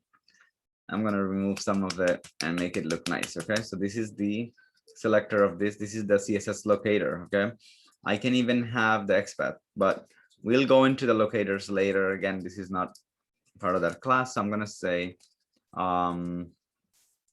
okay, string get text string. Okay, first name label text, right? This is what it is. I'm just giving it a nice name, driver something. Okay, driver dot find element and find by, for example, by .css selector. And this is your CSS selector, and we're gonna say .get text. Okay, I want to get the text of that. That's it. Now, if I get text, I don't want to use true. I want to use equal. Okay, so our expected result should be right here. Expected string.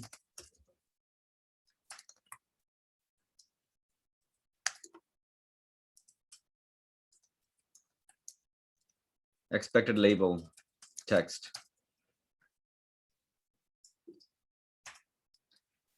Is equal to, isn't it first name, something like that. We're gonna go and basically find out that real quick. So if this is the case, this is then the name, right? I will just go into the name right here and copy this.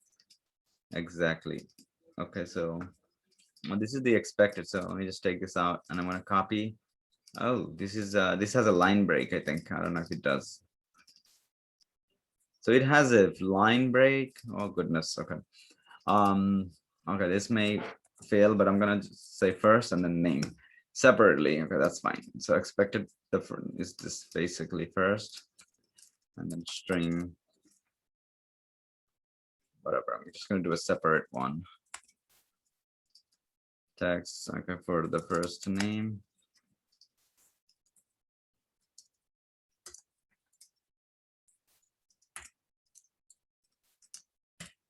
To verification last, right? Okay, that's good. All right, so as articles, and now this is getting the text directly from the page, right? So you know what? This is the first one. I don't know. The first one is expected, you see? And the second one is actual. So when you say equal, it has two different usage. So you have to put expected is this, and I'm going to remove this. I'm going to see it fail first. Okay, first name. I think it's this. This is the one. This is the label. Okay. So this is our expected value. Oh yeah, expected value is this expected. And then this is an actual coming directly from the browser. Okay. And that's why we have to write a code and say, get me this, right? Otherwise it wouldn't be a test. Let's go and run this real quick and see if it works. I'm expecting a failed because of the line break, because the first and last name is not even together. So we'll see what it does.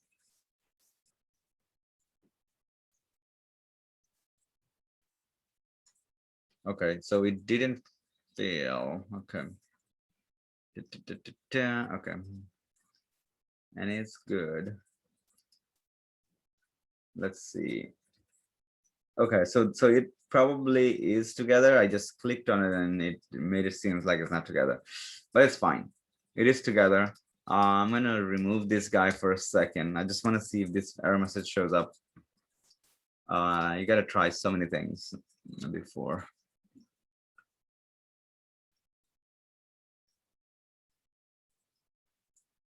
Five seconds. And then submit and done. Okay. So then we still have a version CD. Okay, found CD. What the hell is this? Okay. Whenever you see a warning like this, we want to do a Google, because it's not just you, somebody else probably had the same issue. And we just want to know what it is to fix it, you know.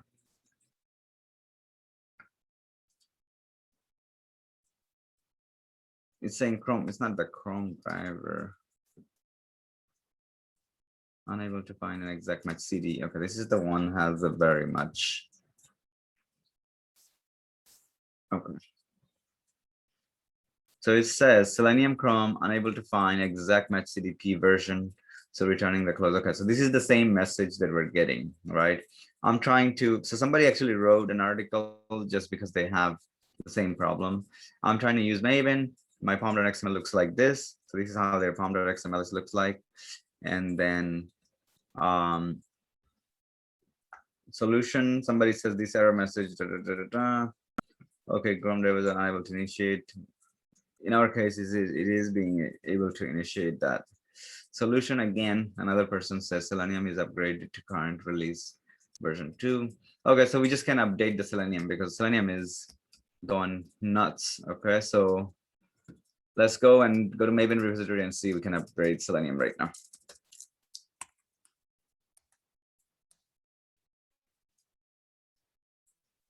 So I just read it, understood what it is that I'm doing wrong. And oh, okay. That's the other Selenium. Oh, okay. We are checking your browser. Okay. The reason why it's giving me a hard time because this browser controlled by automated test software, this browser was created for through the code, and it's not the same as my regular browser. Okay. It's not the same as this. This has my profile and everything. So they know what you're trying to do, because I think what happened, the reason why they're giving us a hard time with this when you don't use a regular browser and you get this, is because people started to automate. Maven repository as an example, people like me will give examples using Maven repository and they will automate it, and these guys getting constant traffic through automation, and these guys will have to pay the money for it, meaning the server has to serve this information, therefore the server is working harder and they're getting charged more. More traffic means more money they have to pay to AWS, Amazon, whoever is hosting the server, right? And that's why they probably did this, right? Which is good. Facebook does it very similarly. Facebook will give you a straight warning. You're not supposed to, they're gonna say, hey, we're gonna disable your account, don't do this. All right, so I'm gonna go to Selenium here. As you can see, this browser and this browser is totally different thing. This is just a completely fresh browser created by automated test, right? And this is not, right? So this is where I can actually use. So this mechanism that they create, companies actually create, is because they're paying more money. They don't want to. These guys are pretty much a non-profit at this point. Maven Repo. Maven Repo is almost like non-profit. Larger companies sometimes donate, so that way people can contribute, right, and make it better. But that's the problem. I think we did get like something like this. I'm gonna go with 1.2, and that should solve the problem with our situation. The latest. Okay. Let's see what's the deal with our Maven repo. So you see, is upgrading to 1. We just going 1.1 to 1.2, and this is the fix for the issue that we're getting right here. It's not really a big issue, but it is still showing us warnings and everything. So you see is importing projects, and the moment it's no longer red, we can start. Okay, so this is good now. And let's go ahead and run it. So guys, oh goodness, I should give you guys a break, right? Okay. Let's take a 10 minutes break. I know we're supposed to give half an hour, but unfortunately my class is always going to be crazy long, and we will get this break soon. I just want to finish with Java. I just want to finish with Selenium, and then we can go into frameworks. So that way we can cover remaining topics. So it's 1:13. I'll see you guys at 1:23. Okay, so take a break. I'm gonna go ahead and pause this recording. So let's go ahead and start. So one of the things that we want to cover next is, so if we know that what framework is, why don't we make this framework into TestNG? And let's do that and see how we can write our tests even better than this, since TestNG is claiming to be more organized and have a report, right? Because right now when you run it, where is the report? What are you going to send to your manager from here? You know, we really have nothing to send at this point, right? Let me take this verify text on page. This is what we had before. So let's talk about that. And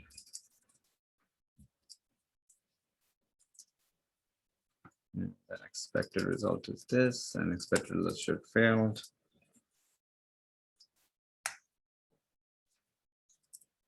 And then dynamic. I'm just fixing my test to make sure that it passes. Yeah, this thing also kind of affected me a little bit. It's, this thing's happening. It's very emotional for a lot of people. All right. So at this point, this is a task without TestNG, right? This is purely Java and Selenium and JUnit. Okay. Can I call this a framework? And the answer is yes, because you're combining more than one thing, right? You have more than one thing here, and they work to, so Selenium, we got Selenium and JUnit here, Java by default, and this is a framework, right? This could be a very lightweight framework. It doesn't have a lot of other things that will, or other libraries that will make our life more easier. So now, if I want to add TestNG, it's pretty simple. I will go ahead and add TestNG. At that point, I cannot write a regular class. TestNG class is different. So we'll talk about that. And I'm going to go ahead and find my TestNG.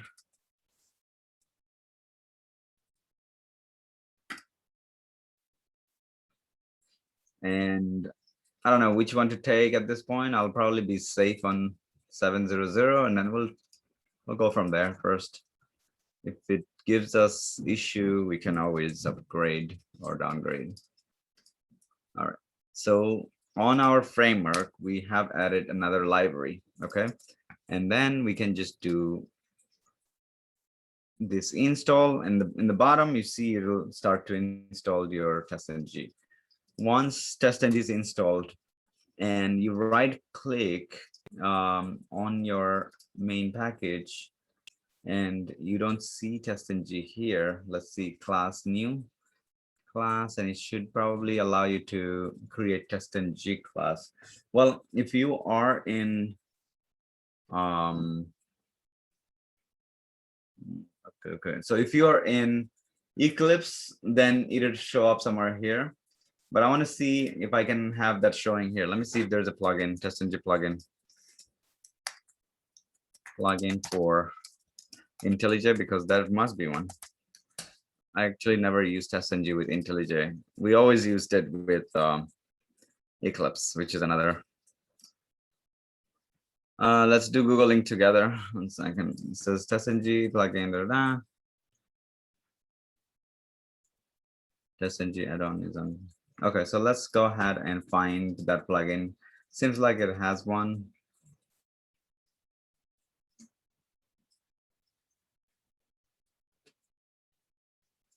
Okay. Let's go into plugin and do a search. TestNG, create TestNG XML. What else? IG, test coverage. All right, so maybe that is something that we can do it with Eclipse, because Eclipse is gonna show you more visual in TestNG. Let me install this real quick. If it does, then we'll cover TestNG today. Otherwise, we're gonna have to do it another day when we have Eclipse.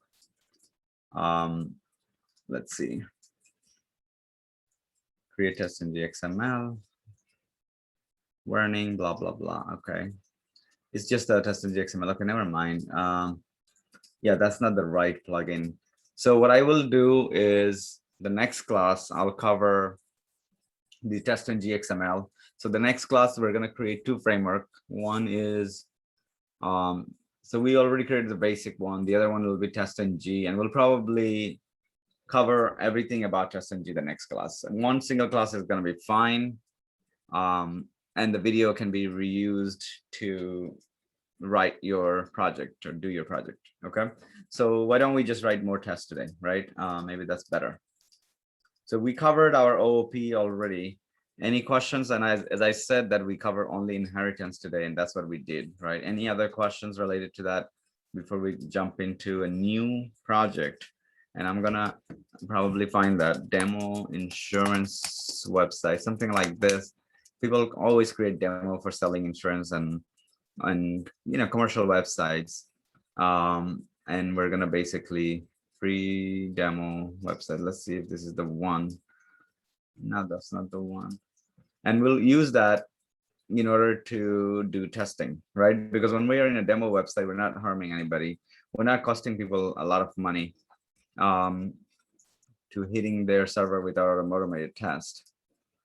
Demo insurance application.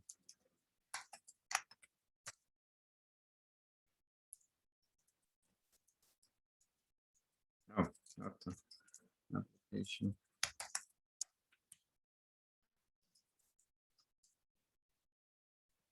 Okay, so let's see if we can find something that we can use. I thought it was like, what am I typing? Okay. Insurance website. Okay, I'm just gonna find something with this phrase. Let's see, demo insurance. Okay, that's it. This is it. Okay, so just remember this URL because we're gonna be using this. I'm gonna copy this for now. And in this case, you not only have exposure to auto insurance, but you have all the insurance for personal. This is a business insurance. So we'll go into personal auto, okay?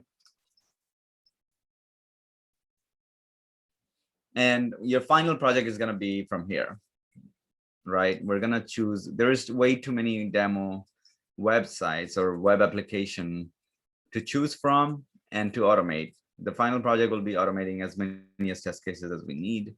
And this is going to align with your test cases that you will create at some point from the manual side. So for today's thing, what I will do is that let's create a test case together, right? If your team is let's say this is the website you're testing, but your team is only responsible for personal auto, not business auto, right? Somewhere personal auto, right? And you're on this page. From here on, your testing starts. Give me a test case that you will do first here, right? Give me any test cases that you may think of.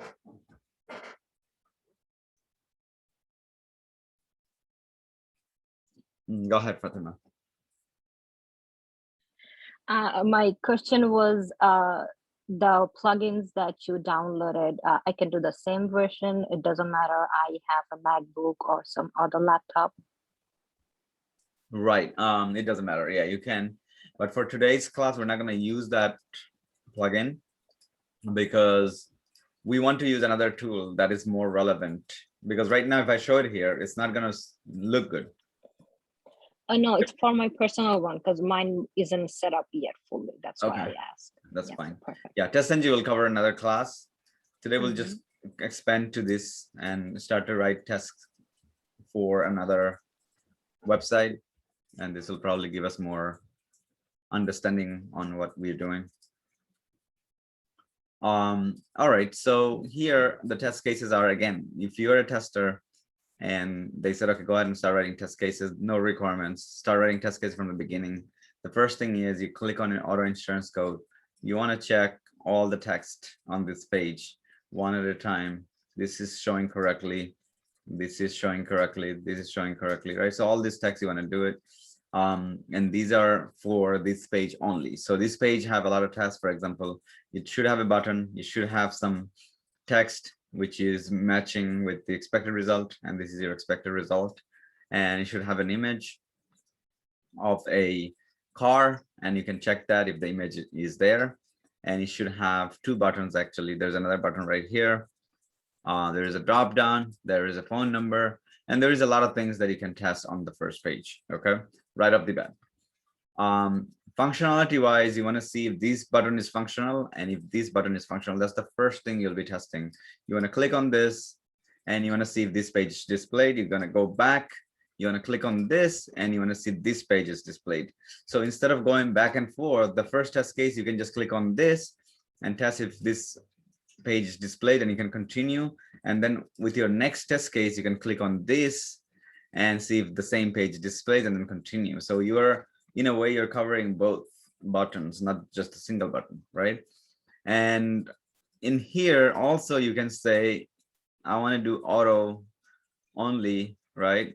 Or type of coverage, different kind of coverage. You can go right off the bat, auto insurance, and boom, you're on the same page. No matter what, you should be on the same page because the first thing they need is your information to give your code. This is an internal application. This is not for customers to use. This is a application that is used by agents. As you can see, agents, whatever, whoever is logged in, they're the one who's going to enter customers' information and continue until they see a 6 months or 7, whatever term is that, what a year premium, and provide monthly rate for their customers. Okay. So if you have insurance company in your resume, then you can say that I am working with insurance company on the personal line of business. Auto is the team that I'm currently working with, and the application that I'm working with is for our agents. The application was developed for our agents, so that way they can take information from customers and being able to provide a monthly premium, 6-month premium, or yearly premium. The other thing they can do, they can find existing auto policies, and they can service that. They can add a customer, they can add vehicles, they can remove vehicles, they can provide the customers with their ID, insurance ID card, right? So that is something, obviously, they will ask you these questions, right, in an interview. Okay, so tell me a little bit about what you worked on. Yeah, you know, it says pretty much is a insurance application, and this is what it does, and this is what I'm doing, right? And you don't reveal any confidential information. You don't know, you don't want to reveal that all worked in let's say Geico, and they're going to be partnered with, you know, Allstate, and I'm currently working with them, and they're partnering up with them, so I'm working on that project. So that is the confidential information you don't reveal, obviously, right? Anyway, so you got yourself auto. I want to click here. That's the first thing, and I want to verify if I can see this page. When I see this page, I'm gonna verify this fields, if this field displays, and then I'm going to start to fill out. There's 2 ways to do this. One, you can do one at a time, like coming here and check if they display, or you can, at the time of placing your value, you can check, because if it's not there, it will complain. This element it's not even there, right? So this is something that you can do it on your own. All right, so let's go and do this automation with the new application. I'm going to copy this up to this much, I believe, for auto insurance. Okay. Actually, it has to be up to this much. Okay. Let's see auto. Let me see auto page. Let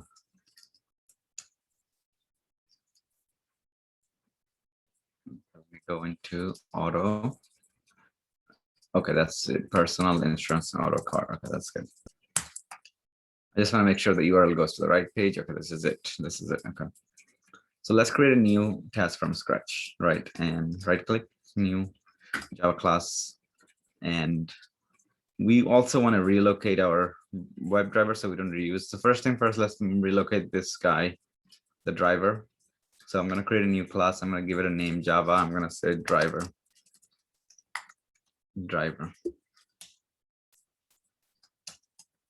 And I'm going to give it a public void, public. It's not a public void, actually, public, and then WebDriver, actually. So it has a return type. We want to return the WebDriver. So how do we do that? It's WebDriver. This is the return type.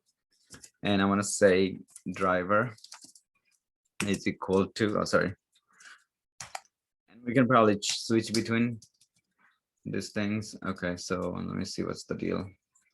Add a return, because you see it's a return. So I'm going to add the return later.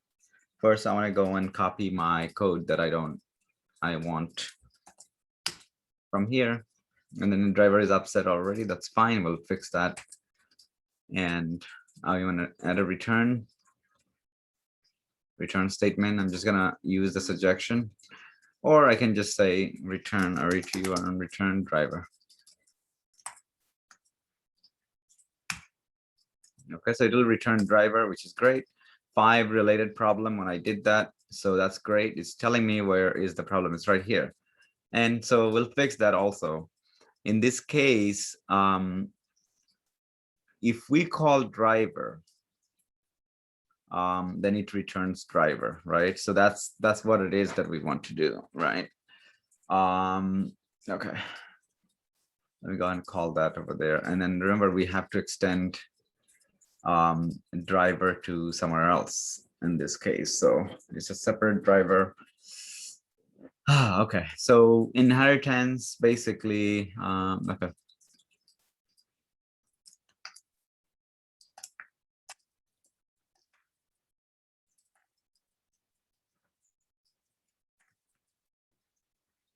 We cannot just inherit 2 at the same time, right? So what we can do probably without extending, let's see if we can call it directly here. You see how all of these kind of became upset, and we go to the driver, it should have all this import, which is great. And let's see, driver class, related problems, all this. Okay, now we can say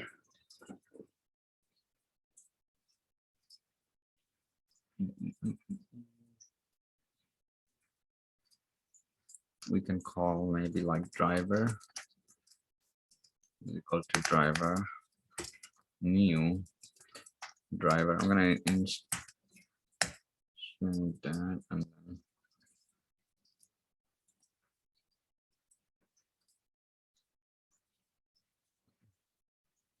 okay, so D is capital. 1 second.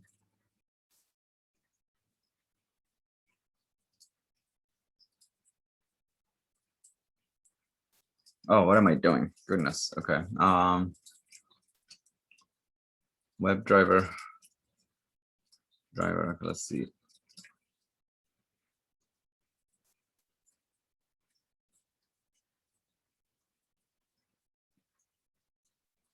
Cast on. Okay, no, not the casting. All right. We gotta extend somewhere. That's the important thing here, right? So we gotta expose it and extend it somewhere. Okay, so this driver can be extended right here. All right, let's see, ext and driver.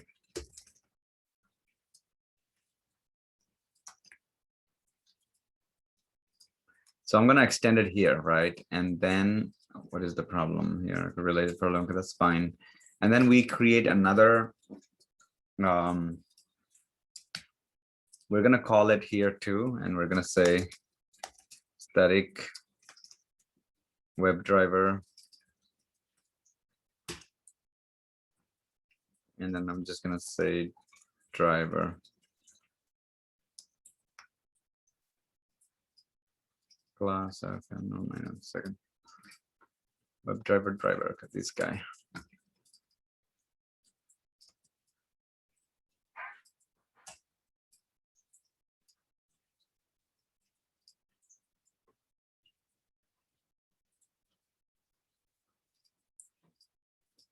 Okay, no. All right, let me think straight. So what I'm trying to do is, let me talk it out so you guys can also know what's going on. I'm trying to have extended by this guy. So then, because this guy is already extended by this guy. So what I can do is that have this guy connected here. So this guy can call the driver from here. And that's the intention here. Let's see, but if I can directly call it into my class, it'll solve a lot of problem. And okay. Throws expand. Okay.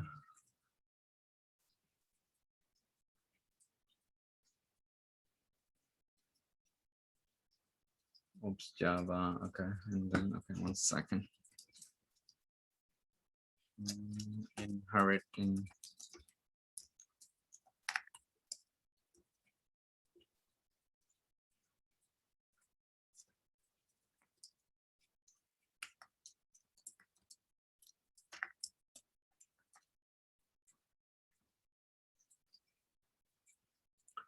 So let's see, Java is not allowed to do multiple inheritance. So the way that we're extending, we cannot just have another one, like for example, the driver, we can't, right?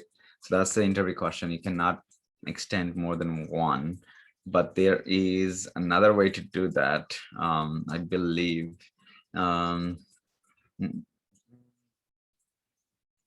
To interface, maybe we can make it into an interface. That's gonna be fine.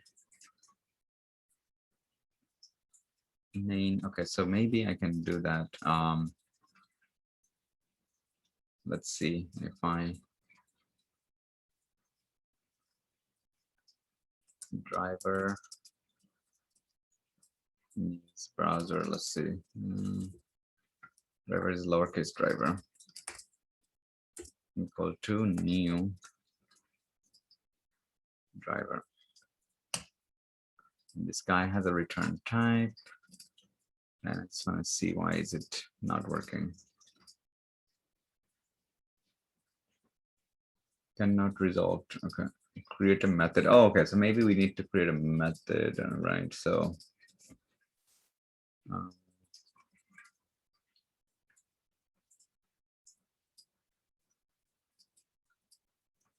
okay, let's see now if we're good to go.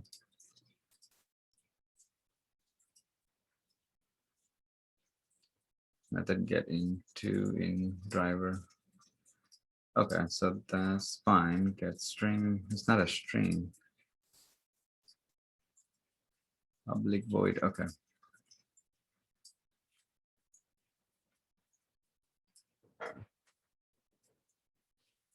Okay.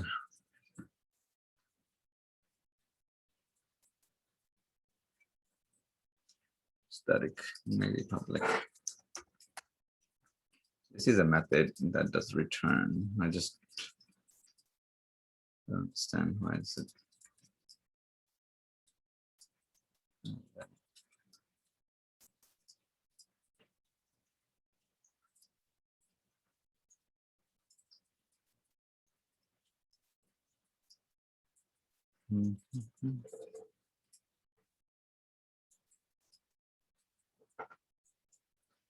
Return driver. The driver is this.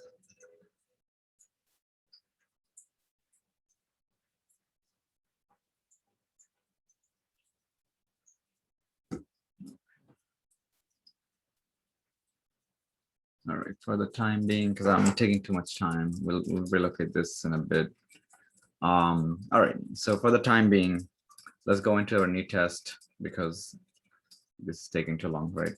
I'm going to fix this back to how it was. Okay.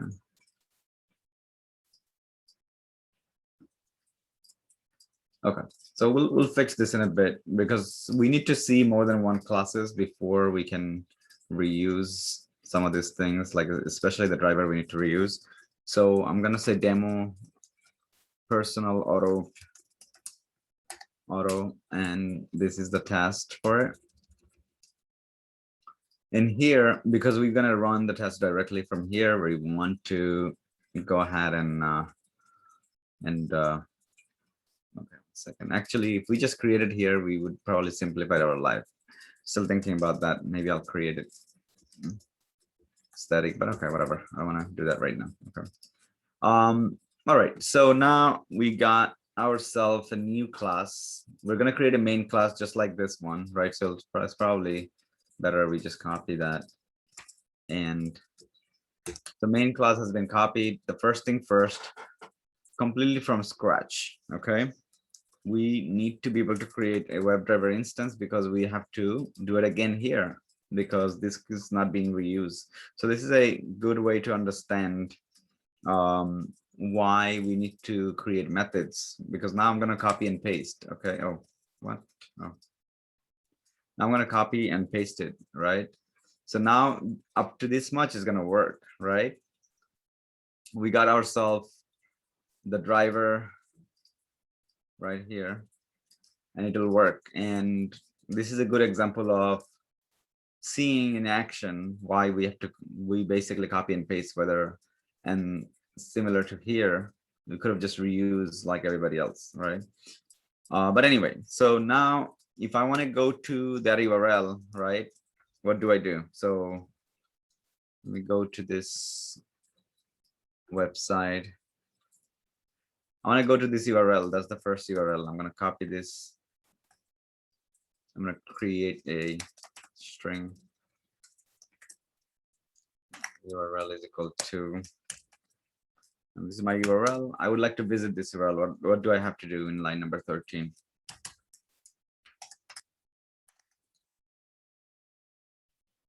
All right, I'm going to pick one of you guys. Let's do Fariha. I'm not sure. Yeah, sure. Okay. So anytime you visit a website, whatever is the variable that you created, like for example, driver, it could be browser. So you say, you tell that browser to go somewhere, right? So browser dot get is the method. Get takes a string URL. Okay, it's already mentioning that it will take a URL. It doesn't matter, as long as it's a string, it will work. But the problem is it needs to be URL for it to properly work. So now it will go and visit this website. The next thing what we want to do is, once we visit the website, we may want to do a few things, right? So let's run it first and then see.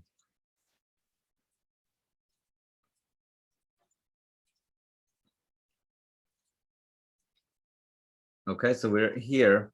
The first thing we want to do is that we want to check we're in the right page. Okay, so if I find this text right here, what is it, Nevada or something?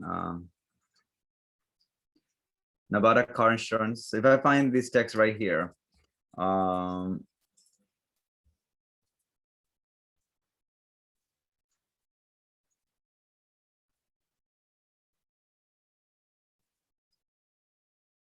okay, if I find this text right here, then I can say I'm in the right page, right?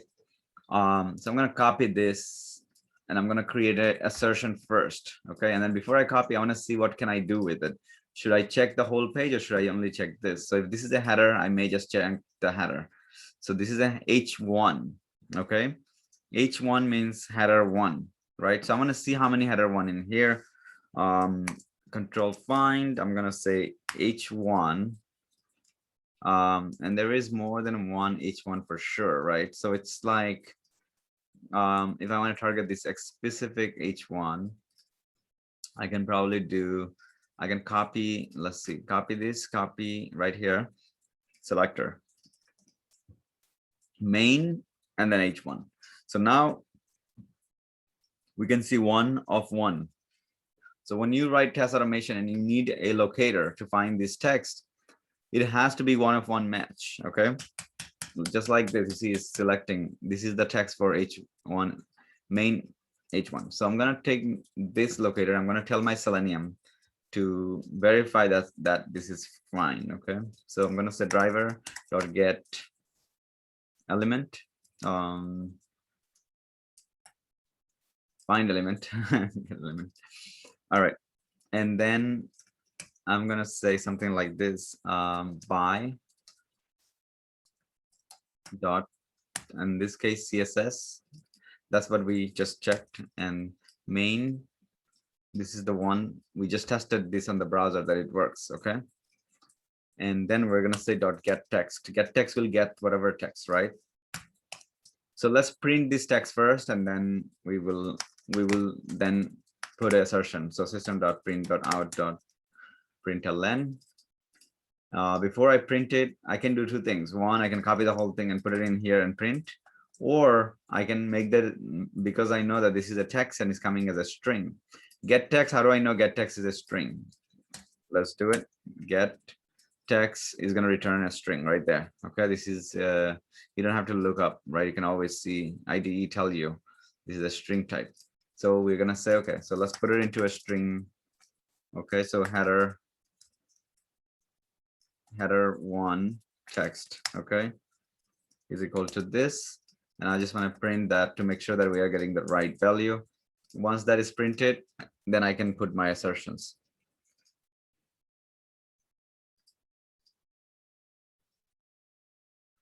Okay, so you see Nevada car insurance. This is what it printed. So now I'm gonna copy this and I'm gonna make that as a so this is my expected actual result, and I want expected result. So string.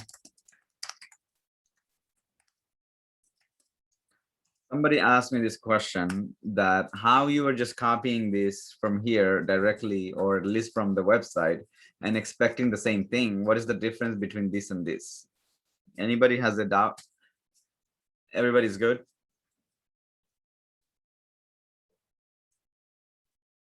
Everybody here good. Okay, so Rifat, can you tell me what is the difference between 16 and 17? This number 16 is the text the actual text from the website. This is your expectation, right? Yeah. This is what you expect. Yes. And this is coming. This is what the automation tool returns. Returns, right? So now that we go in directly and copying and pasting, it'll pass and no problem. But then what's going to happen is in the future, if these texts change, we are able to catch. Automation will be like, oh, wait a minute, I was expecting this and now it changed. For any reason, page become blank. Maybe somebody screwed up real big, developer pushed some code that it actually made a big mess. Then it will still tell you like, hey, I was expecting this, but I found nothing, because this guy will not find anything. All right, if some problem on the page. So that's why we do this. So let's do assert. Now that we have assertion with JUnit, and assert equal, right? And you got long string and whatever. So these things are this can be overwritten, method overwritten. So that's why even if I choose long, still I can do the string ones, right? Method equals, and I can say the first one is probably expected. Oh, sorry. Okay, and then the next one is the actual. Okay, and that's it. And it will verify this, and if it doesn't, basically if it doesn't find it, it will definitely will let you know that test failed and that it is okay. So it passed. We didn't tell it to close, and we're good to go. Okay, so that's pretty much an assertion. What is an assertion? Assertion is basically just to compare something to make sure it is there. So now we know that we're in the right page. That's the first thing. The second thing is we want to click on that button before we go into verify the other page. So we want to click this guy first. I'm gonna inspect element. I'm going to click on this thing right here, and this is called selector. Click here, and then I want to select something. That way it helps me to click on this. So if this is a link, we can use the link text, right? Auto insurance code requires the link text. How do I know if this is a link versus a button? It has an A tag, right? You see A, that means this is a link, regardless how it looks like to you as a general public. All right, to you is a button, but to me it's a link because that's how it looks like. Okay, in here it has a href and it has a tag, so to me it's a link. I will just copy the link text at this point. Okay, and I'm gonna copy this. Okay, copy. See the mistakes they make. There's a double space, but okay. So now I'm gonna say driver dot find element. Okay, and then by dot link text, and then this is the link text, and I'm gonna say dot click. All right, let's see if it clicks it, and then we will go move on to the next.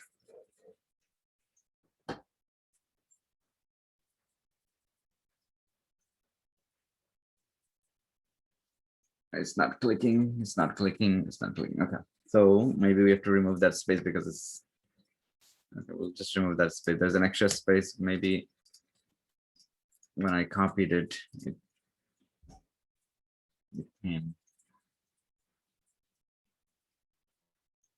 Okay, so now it clicked, right? Because I definitely have that extra space. So the next thing we want to validate if this there before we can say that, before we can say pass. We just want to make sure this page showed. So we just want to go into, and my decision is if I see this, then okay, we're good to go. Okay, so copy this, but before I copy, I want to see if this is H1 also. If this is H1, then I can also do the same thing like last one. Right there, and it's a H1 and it's a title div. So title div slash, so I can actually create my own title div is an ID. If it's an ID, you put a hashtag in front of it and you put title underscore div. And then more than for the next one, which is H1, and there we go, 1 of 1. Okay, copy this and go into that right here. I'm going to paste it here for temporarily.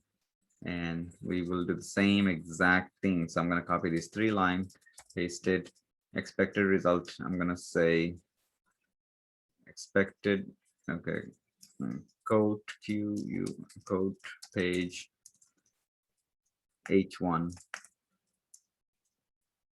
title. And then this is your actual, right? So you're going to say code page, same thing, code H1 title, something like that. Okay, so all we have to do is replace this, and we have to put our expected result, which is if we click on this one and it shows up this. If it shows up this, then we're good to go. I'll go ahead and paste this, and now we are validating 2 different pages. First, landing page, as soon as we get there, that's the main page basically for auto, and then second is title page where the coding, you start with your code first. And okay, so now we have a complete test case because we have assertion on both cases. We can do more validation if you want. Like for example, in this page, we want to check for those text basically the first name, last name, and things like that. And we can do 0 means it worked. Yeah, that's pretty much, I would say. I want to hold you guys up today. But what I can say is that for next class, I want you to, okay, so I'm going to give you guys this homework here, and I'm going to ask you to present this homework in a unique way. Okay. And there is a reason for everything. And my reason here is that you will be automating this using the way that we created. So that means you have to go back to the first video when we created this. And once you do that, you will, or you can probably, if you just follow this, right? If you just add Selenium and JUnit, that's all you need to this project, which is a Maven. I can show you guys from the scratch one more time, so you guys are comfortable for like next 10 minutes. It'll not take more than 10 minutes. The homework here is that I want you to fill out the first page and click on continue. And once you go to the next page, I want you to validate that you're on the right page by checking out, or at least providing the assertion for H1. Okay. The other thing before we finish today is that you may say in Selenium, right? You may say, okay, this is CSS locator you're using. What are the next options we have? We can find element. The reason why we find element because we want to do an action. Either we get the text or we do a click. Okay. Now, anything that you want to do as a human being on a page, you can with Selenium, but you need to provide a location, a locator of the element. So how many locators can you use? The first one is an ID. Okay, I'm going to list out some things here. And this is something I should have covered early on, but okay. The first locators, okay, in Selenium, I think there are 7 or 8 different types. The first one is ID, okay? ID, if ID is not present, how do you know ID you can use or not? If you click on write name, inspect, and you want to click something or type something on the name and you see IDs there, F name, that's it. That means you can use ID, right? That's the first choice. The second is, what if ID is not there for some reason? Then you can use class name, okay? If the class name is not there, then you can use link text. Okay. For any reason, link text is crazy. You can, and it's a very long one. You can use partial link text, meaning half of the link text. If you want to use. For any reason, link text is not there, and you want to use something else, you can use a XPath, and I will explain what XPath is. Any reason XPath is not there, you can use CSS selector. Okay, so that's what we have been using. Any reason CSS selector is not there, you can use, I think I should put it right here, name. Okay, just name. So you see, you got all these options, because developers, they will not be generous to provide all this to you, right? What's going to happen is they may just choose not to even like provide an ID. They may, because they're the one who's developing this website, right? So they may just simply say, okay, we don't even have a name. Okay, let me just remove name. Okay, so I'm going to show you guys. Let me remove ID. I remove ID. Okay, so now ID is not there, name is not there. How can I locate this element? You right click, copy, and you can use XPath. Okay, XPath, and now you can do command find in here to test. You see, this is your XPath you can use. Okay, still selecting. You can right click, copy, and you can do CSS selector, which is this copy, command find, and this. Okay, so anything that's not there, ID, if none of these are there, then you can use XPath and CSS locator. The last two options come to rescue because they are pretty dynamic. They can find it even if these options are not there. Okay, these options should be something you want to use. Other than that, you want to use this too if you don't have none of these, right? Now, the difference between XPath and CSS selector is really nothing. They're cousins, right? Lower brother and twin brothers. The only problem is one is pretty and the other one is maybe like a bit messy, right? This one, it looks nice, looks good for your eyes. The code doesn't look as messy as the XPath. XPath has slashes in between, and I just don't like it. And then this one is also faster than this one. CSS locator is faster. So if they say XPath or CSS locator, which one is your preference?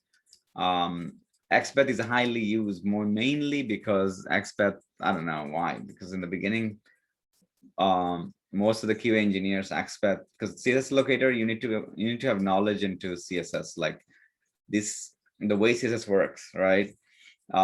This is basically CSS, right? So not a lot of QA engineers have CSS knowledge, so they feel more comfortable with XPath because that's what everybody else teaches. Like, oh, learn XPath, and here's how to create your own XPath and things like that. But I will be teaching you CSS, how to create more efficient way. Somebody who has a front-end development experience can only give you some knowledge into CSS locators, because front-end developers, they don't use XPath. Okay, they use CSS locators. So I'll make you guys more efficient with CSS locators, how to create your own instead of copying and pasting. And you may say, okay, why do we have to create our own? We can just click and copy and paste. The problem with copy and pasting is that it will create a very long one, right? If I copy and paste it here, it's huge, very long, right? We don't want that. You see how big that is? It'll work for you if you have no other options. This is it, but it's just too long. So I'm going to teach you guys on how to become efficient with both CSS and XPath, so you don't just limit yourself with XPath. With that said, guys, this was an intro to Selenium, let's say, for today. We learned the locators. We learned how to find elements using locators. We have multiple locators, and we're going to use that. And with that said, I want to make sure that everybody leaves in a good note, which is, what is automation? Automation is basically when we try to tell our program to come and do something here, like on this web page. So to make your life easy, you may say, oh my God, this is too much. It's not really too much, because you only have to learn about 5 or 6 things. Number one is a text field. Number two, okay, so let me go into the next page if I can. Let's see, I think I need to provide something here. Okay, I went to the next page, good. one, you have to learn with how to deal with text field. Once you learn dealing with text field, that's majority of your work. All of them are text field. The next one is learn how to deal with drop down, and that is majority, pretty much that is the second element that you have to deal with. The third one is a radio button. I don't know if I can find it, if I can go into the next. There is no radio on this page. Radio button is like when you have a circle and you have to click on it. And then the last one is you have to deal with checkbox. And then you got regular physical buttons. That's it. That's all basic building blocks of automation. Once you learn those 5 or 6 things, 6 items, you then can automate without having to have any problem. So for example, these are the locators that you use. I'm going to show you how to deal with text field. I'm going to show you how to deal with the drop down. I'm going to show you how to deal with checkboxes. And last radio button, link, and then image maybe, and then divs, let's say. And that's it. Once you know how to deal with this, then that's it. That's all. You can continue to automate. You can actually automate on your own, but you also have to keep in mind that you have to have the driver. So this portion is kind of something that you have to like know it. And after that, everything else is like, how do you deal with text field? How do you deal with that? How do you verify headers, titles, and things like that? So it'll be simple. Here's your homework for upcoming class. And this is something that you can probably showcase. And you probably have to go and watch the first video to do this, okay? Okay, let me go back actually. Okay, so you're into this page, okay? This link, I'm gonna share this in the text, so anybody watching it later will get this. Right, everybody. Okay, that's good. So now you're in this link, and then you already have the code or list, have partial code, and here, where you go into this link and you verify this page. Already 50% of your work is done. Once you landed onto that page, your homework is to fill out this information and click continue to second step. Once you do the continue to second step and 02 or something like this, and next, oh, what is it, Gmail? Okay, it needs something. Okay. Continue to next page. You just validate something from this page, right? Maybe you want to validate step 1 of 4. That shows that you already passed step 1, okay? Or maybe you want to validate that your first name that you typed over there is actually coming in here, to say that you are in the next page. And that's all I need to see, okay, with your next homework. And how do you deliver this work, right? I want you to run it and videotape this. I don't want to do it with the phone. Try to videotape your screen using, maybe if you're using a Mac, use QuickTime Player and screenshot the whole video, because at work you'll need to videotape sometime your screen and show it to the developers, right? When you find a bug that may be hard to reproduce, hard to find. So that will give you a good idea about how to screen record. If you're at Windows, Google it, because there is a tool for it, I'm sure. And similar to that, if you can screen record, you can try to Google it and find how do you do a screen record for like a project or something, right? And then learn it and then create a screen record just like this, and then send it to the WhatsApp channel one at a time. Everybody that posted, I'm gonna see your video, and then I'm gonna comment and I'm gonna say, okay, perfect, it's done, thanks, and that's it. This is gonna help me the next class, so that way at least I know if all of you guys practiced, so I can go into the frameworks and I can go more deeper into Selenium. We today did Java inheritance, and we're gonna also include Java, few subjects of advanced subjects of Java onto the next Selenium classes. and then half of the classes will be Java, and then half of the classes will be Selenium. So that we can finish timely and without having to give you guys a lot of stress. So at home, what are you gonna do? You're gonna create me a test, and you're gonna record it, and you're gonna post it. If you prefer to work with somebody here, you guys are already in the same group. I would say reach out to the person, reach out to someone. You can work in pair, but both of you guys need to do it. So if you observe the other person is doing it, then you do it. And then similar to that, the other person can do the same. And then both videos needs to be posted. Okay. If you have any question, I may be able to squeeze 30 minutes of my time this week. Today's Sunday, so maybe like Tuesday I can sit down, and if you guys struggling, I can sit down with you guys and see where you struggle, but you have to get started. Okay. If you're not started and say, okay, I need help, then you gotta basically do something, right? Put your foot in the door. Try to get started. Even if you have a single line right here and you're stuck, send me a screenshot and I will tell you what to do next. But do something, write a test for me, and that is the homework for this week.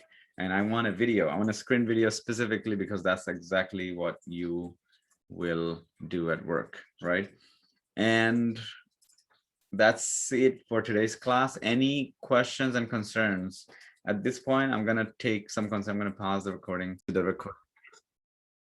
All right, so this is your project, whatever, right? And let's say you opened up your IntelliJ for the first time. You click on new, right? Or you know what, let me close it out, open and do everything from scratch. All right, so I open up my IntelliJ and I assume that I don't have any projects in here or something. If you opened up for the first time, you will not see this too. So I'm gonna click on new. And when I click on new, it brings me up to this page. I'm gonna click on Maven, right? Because Maven will allow me to add Selenium through XML. And that's what we want. If I did Java, then I would have to add Selenium manually, right? I would have to download it and then paste it here. And we don't want to do that. So Maven, click next. And then I'm going to say home work or something, or you can say whatever, learning Selenium, basic Selenium, something like that. And that's it. And then I will click on finish. And now that I have this, I will first open, and it directly goes to XML because that's something Maven does, right? If we didn't have this, that means it's not a Maven project. If you delete this, it becomes not Maven project. Let's just say that. Now I need to add a few things here. I need to add Selenium and JUnit, right, to do the testing. What do? I'm gonna go into this website. I'm gonna say Maven and Maven repository right here. Okay, and once I get there, I will type Selenium. And you want Selenium Java and maybe 4.1.2, whatever you like, but I will take the latest one, take a risk, right? Usually the latest one comes with issues. And then because you have a dependency and you'll have more than one dependency, this is singular. We need to put it into a tag called dependencies, which will contain more than one dependency, right? So I'm going to create a new tag right here. And this is the opening and this is the closing of the tag right there next to it. Okay, so I'm going to have to wrap that up. I'm going to put it right behind, and then I'm going to fix my code, Command Option L or Control Option L on your Windows. Once that is done, Maven will indicate me like, hey, do you want to change load change? Do you want me to download this for you? Right now, it doesn't have Selenium. Okay, look, it doesn't have Selenium. So it's asking me if it wants to download. And I said, oh, not yet. Let me get one more thing, and then I can ask you to download right here. Okay. So I'll go back to my Maven repository. Let me just find that page. Where did it go? Too many websites open. Okay, so let me go ahead and find, oh, right there. Okay, so I just want the JUnit. That's the last thing. Click on that, and remember we got ourselves 4.6 or something. I think we got, I don't know, but okay, let's get something, right? 4.6. The version, you make a decision based on what will give you trouble later or not. Is it appropriate to get that version? And sometimes you have to see compatibility, like if 4.6 works well with this guy. All right, so now we got 4.6. I'm gonna click on this right now. We got no Maven, no Selenium or nothing in here loaded. As soon as I click on this Maven load, it will start to download. In the bottom, you can see it is downloading, and it will start to download. I think it was too quick, but it downloaded here. Somewhere you'll see that there's Selenium going on. You see Selenium, and then yeah, right there, and then JUnit somewhere right here. 4.6, exactly the way we want it. So it's automatically downloaded because how it downloaded, it knows the source, and it knows exactly the version and the name of the repo that you want to pull. Okay. Once you're done with that, the next thing you want to do is right click, new, create your first test. Maybe you give it first test or homework, whatever. Homework 1, Java, something like that. H is capital. And once that is done, you need to be able to create Java main class first, because that's where you're going to run it.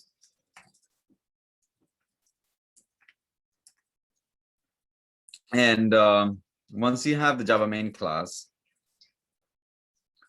I mean, before we do anything like create the object somewhere else and extend, we will first create we'll first create the test here, like flat file. Okay, just simple is that public static void main. And I'm going like real fast because I don't want to ask you guys a question right now. This is for your homework help, right? So you guys can see this later. Okay, this is my second container. Right here, I need to say if I need to see if it works, right? So first thing first, Selenium, check if it works, or let's say open browser, web driver, and I'm just giving it a driver, or you know what, change the name to browser. Browser is equal to new Chrome driver. That's the first thing it showed up, and that's what we want. And then I need to run it. So you see the problem here is that the Chrome driver is not here, right? So you need to first go and investigate a little bit. So right here is your website, and let's say, and you go into your about Chrome and see you got 98.0. Okay, so now you're gonna go and say download Chrome driver, not browser. Okay, browser you already have. So you go into download Chrome driver, and 98.0, that's what I have. I'm gonna download. For me, it's Mac, so I'm gonna get the Mac. For you is Windows. Make sure you get the Windows. Once I download this, it goes into somewhere, and it'll open up right here. As you can see, it just opened up. I'm gonna just go ahead and simply, and this is for Mac users, by the way, and Windows users is gonna be similar, but I will show you. So you create a file, okay, directory, and then you just say drivers. So it's easier to place your driver somewhere, and then you create, you just go and drop this real quick, and then refactor. Once that is done, and you, for Mac users, you see this icon, that means you're good to go. It'll work, and it shouldn't see .zip or something else. For Windows users, you're going to see Chrome driver .exe. Okay, for Windows, if you don't see exe, then we have a problem. Okay, so make sure it's Chrome driver.exe for you. Once that is done, we need to provide system.out.println, whatever, like the path of this driver, right? So let's go ahead and run it, and it will tell us what we did wrong, and then we will then start, right? You see now, same familiar message, webdriver.chrome driver something something. So we copy this one because we want to provide the path. I'll say system from Java system, and then dot set property. You see two things it takes. First one is a string, which is this. And the second one, where did I get this string, is right here. And the second one is the path. to the driver executable, right? So now I'm going to do copy, and you see I can do absolute for Windows users. You guys can do just absolute and paste it just like this. But for Mac users, I don't know about the Windows, if it, relative, I think relative works too. So first try copy path and do path from the content root, path from here. Okay, that's the root. And this, and it should work for you too. For Windows users, as soon as you paste it, it will automatically add something like this double, right? That is perfectly fine. It will work. For Windows users, it should be something like this .exe, and that's how it should be. For Mac users, the way that I pasted is fine. At this point, this should be at the top. The specification should be at the top. Okay, now if I run it and it opens, then we are good to go.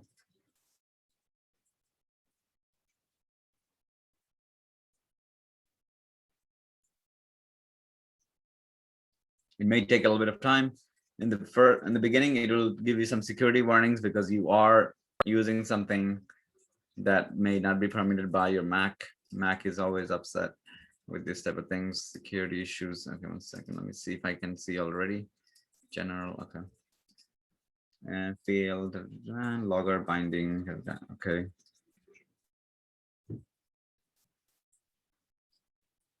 Okay, so I'm going to downgrade my Selenium, right? Because this is the type of issues that you get, very unknown issues.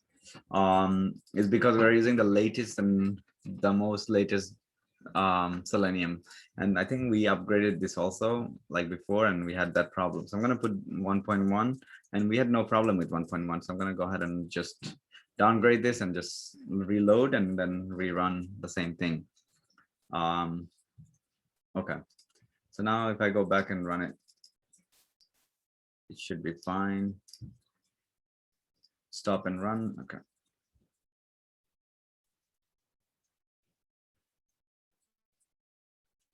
What is going on? What is this static logger binding? Oh, I'm gonna check this out for a second. Let me see. Where do we even have the logger bindings? SJ4J warning. Okay. This is where the, oh, maybe we got the dependencies spelling wrong. Let's see. Maybe the spelling is not correct. My bad. Okay. Oh, okay. Nobody told me this. Okay, let's see. You see what happened? Right here, dependencies. I gotta be exact. If I have an opening, I need to have a closing somewhere here. Okay, there we go. It should be good to go now. So simple Googling helped me a little bit. And we should be all doing the same thing. And not so fast, okay. Default to non-operator, blah, blah. Okay, SJ4, why is it even, I don't even use SJ4 here. Okay, let's see.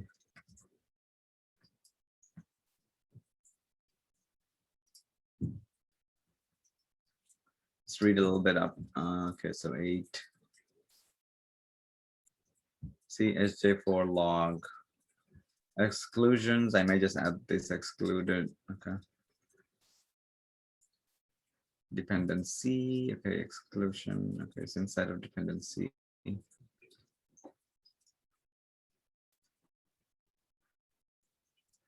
Okay. I want to add this to see multiple binding were found in the class path SJ4 is designed to build with one only framework at a time. If more than one binding present, SJ4 will limit, and this will, okay. I'm not even using SJ4. Why? This is giving me, okay, let me see if I'm using anywhere. No.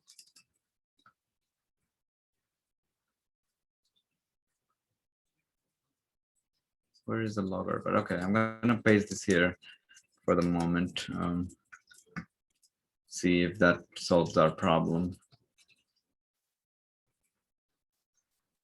So how, why, okay.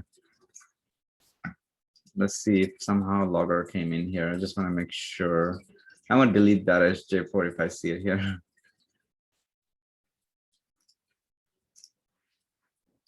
Okay. There we go. This Maven automatically got it for me somehow. I'm gonna go ahead and remove this. Or if this is part of this, guys, if part of Selenium is this, then I can't remove it. That's the only thing. Refactor, analyze, no, open, clear, create, okay. Oh goodness, okay, I can't remove it because it came as part of the other library. SJ4, okay, so that's fine now. 1 second. This is gonna be something that you guys will face. I want to see which driver doesn't bring the SJ4 logger, and then go from there. So try to avoid and give you a right version of Maven repository so we don't have to worry about it. So let's see which guy actually even carried Selenium. I'm gonna go back and I may just go to 3.14 and then maybe it will remove SJ4. If it does, then we will be fine. If it doesn't, then I think JUnit brought it up, you know. You know what, let me just remove JUnit first and then see if the SJ4 is still there.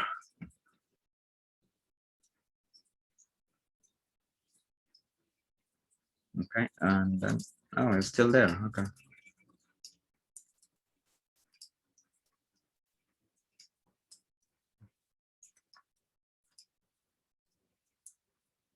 I probably have to do Maven clean too. Okay, so SJ4 is gone. Selenium, the new Selenium is the one kind of bringing SJ4. So we'll put back our JUnit. For now, to be safe, guys, use 3.1.41 for your test. Okay, so that means I'll have to also use a lower version of. So I can use the 4.6 of JUnit, and we should be good to go. Yeah, it's the new Selenium gives you newer tools, and we're not ready to use those newer tools, at least not for right now. Okay, so that's the case. Let's go back. And this is going to happen at work too, because your boss may come back and say, hey, can you upgrade your Selenium to 4.1? And right away you can't, because all of your code is going to stop working. So you need to be able to tell him that we just need to first fix the issue with whatever is happening and then go from there. 1 second. I don't know why is it not even opening Chrome. Okay, that's good. If it complains, is better. Driver to this. Okay, version from driver.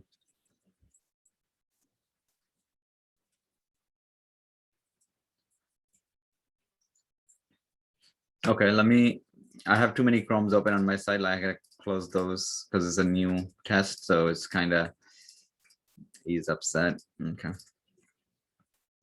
Okay, let's do it again. So the web driver, Chrome driver. Okay, I don't understand. Sometimes this gives you a hard time for no reason.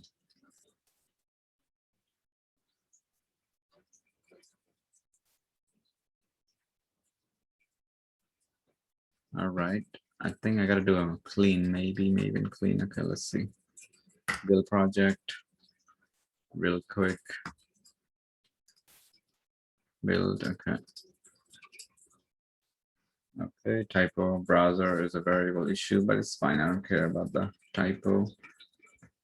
In Word, okay. I swear, when I try to do fast, it's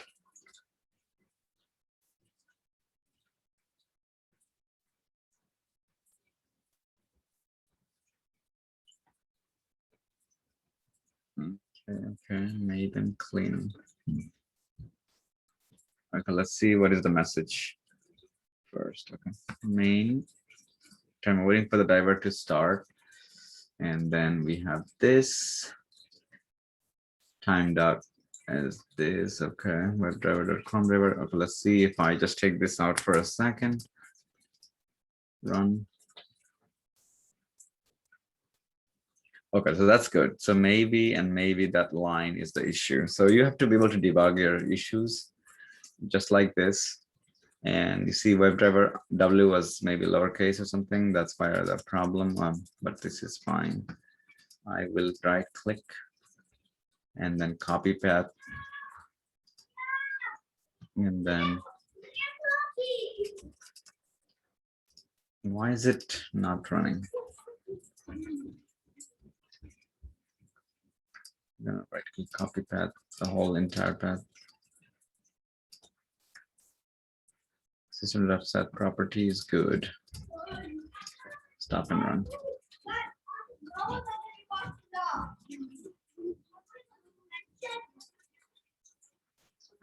Holy hell. Okay, let me go back to Selenium version. Selenium Java version. Okay, so 4.1 brought up that issue 3. So I may just get a 4.0 directly. 4.0. Maybe that's gonna bring us to a better place. Hopefully, 4.0. So version changes all the time, right? So we don't really keep track of which one is good, which one is not good. So I'm gonna go ahead and do this, and I just want to make sure the log for something logging is not there. And it's still downloading right now. Please tell me. Oh my God, it installed it. Okay, so 4.0 comes with log issue. Like, okay, so we will now run it once again. I hope, but I don't understand why it didn't give me a problem before. Let's see. Default logger implementation failed. Okay, so I go back in here. Let's do some reading together. And it says list the location, provided warning, usually provides sufficient information, blah, blah. We got a in your prompt or XML, exclude this binding. Okay, there we go. We'll just exclude this thing. Dependencies. Notice like they gave us a code. It has to be inside of dependencies. So I'll go to my pom.xml, one of the dependencies to exclude. And we did that, and we will then run this. We didn't have to do this before, but this is strange, but it's okay. If you see it, you get this URL, and then you just have to exclude this. So this is going to be part of this demo right now, if it works. So let's see. If it doesn't, I'll create a separate okay, collection. Okay, let's see.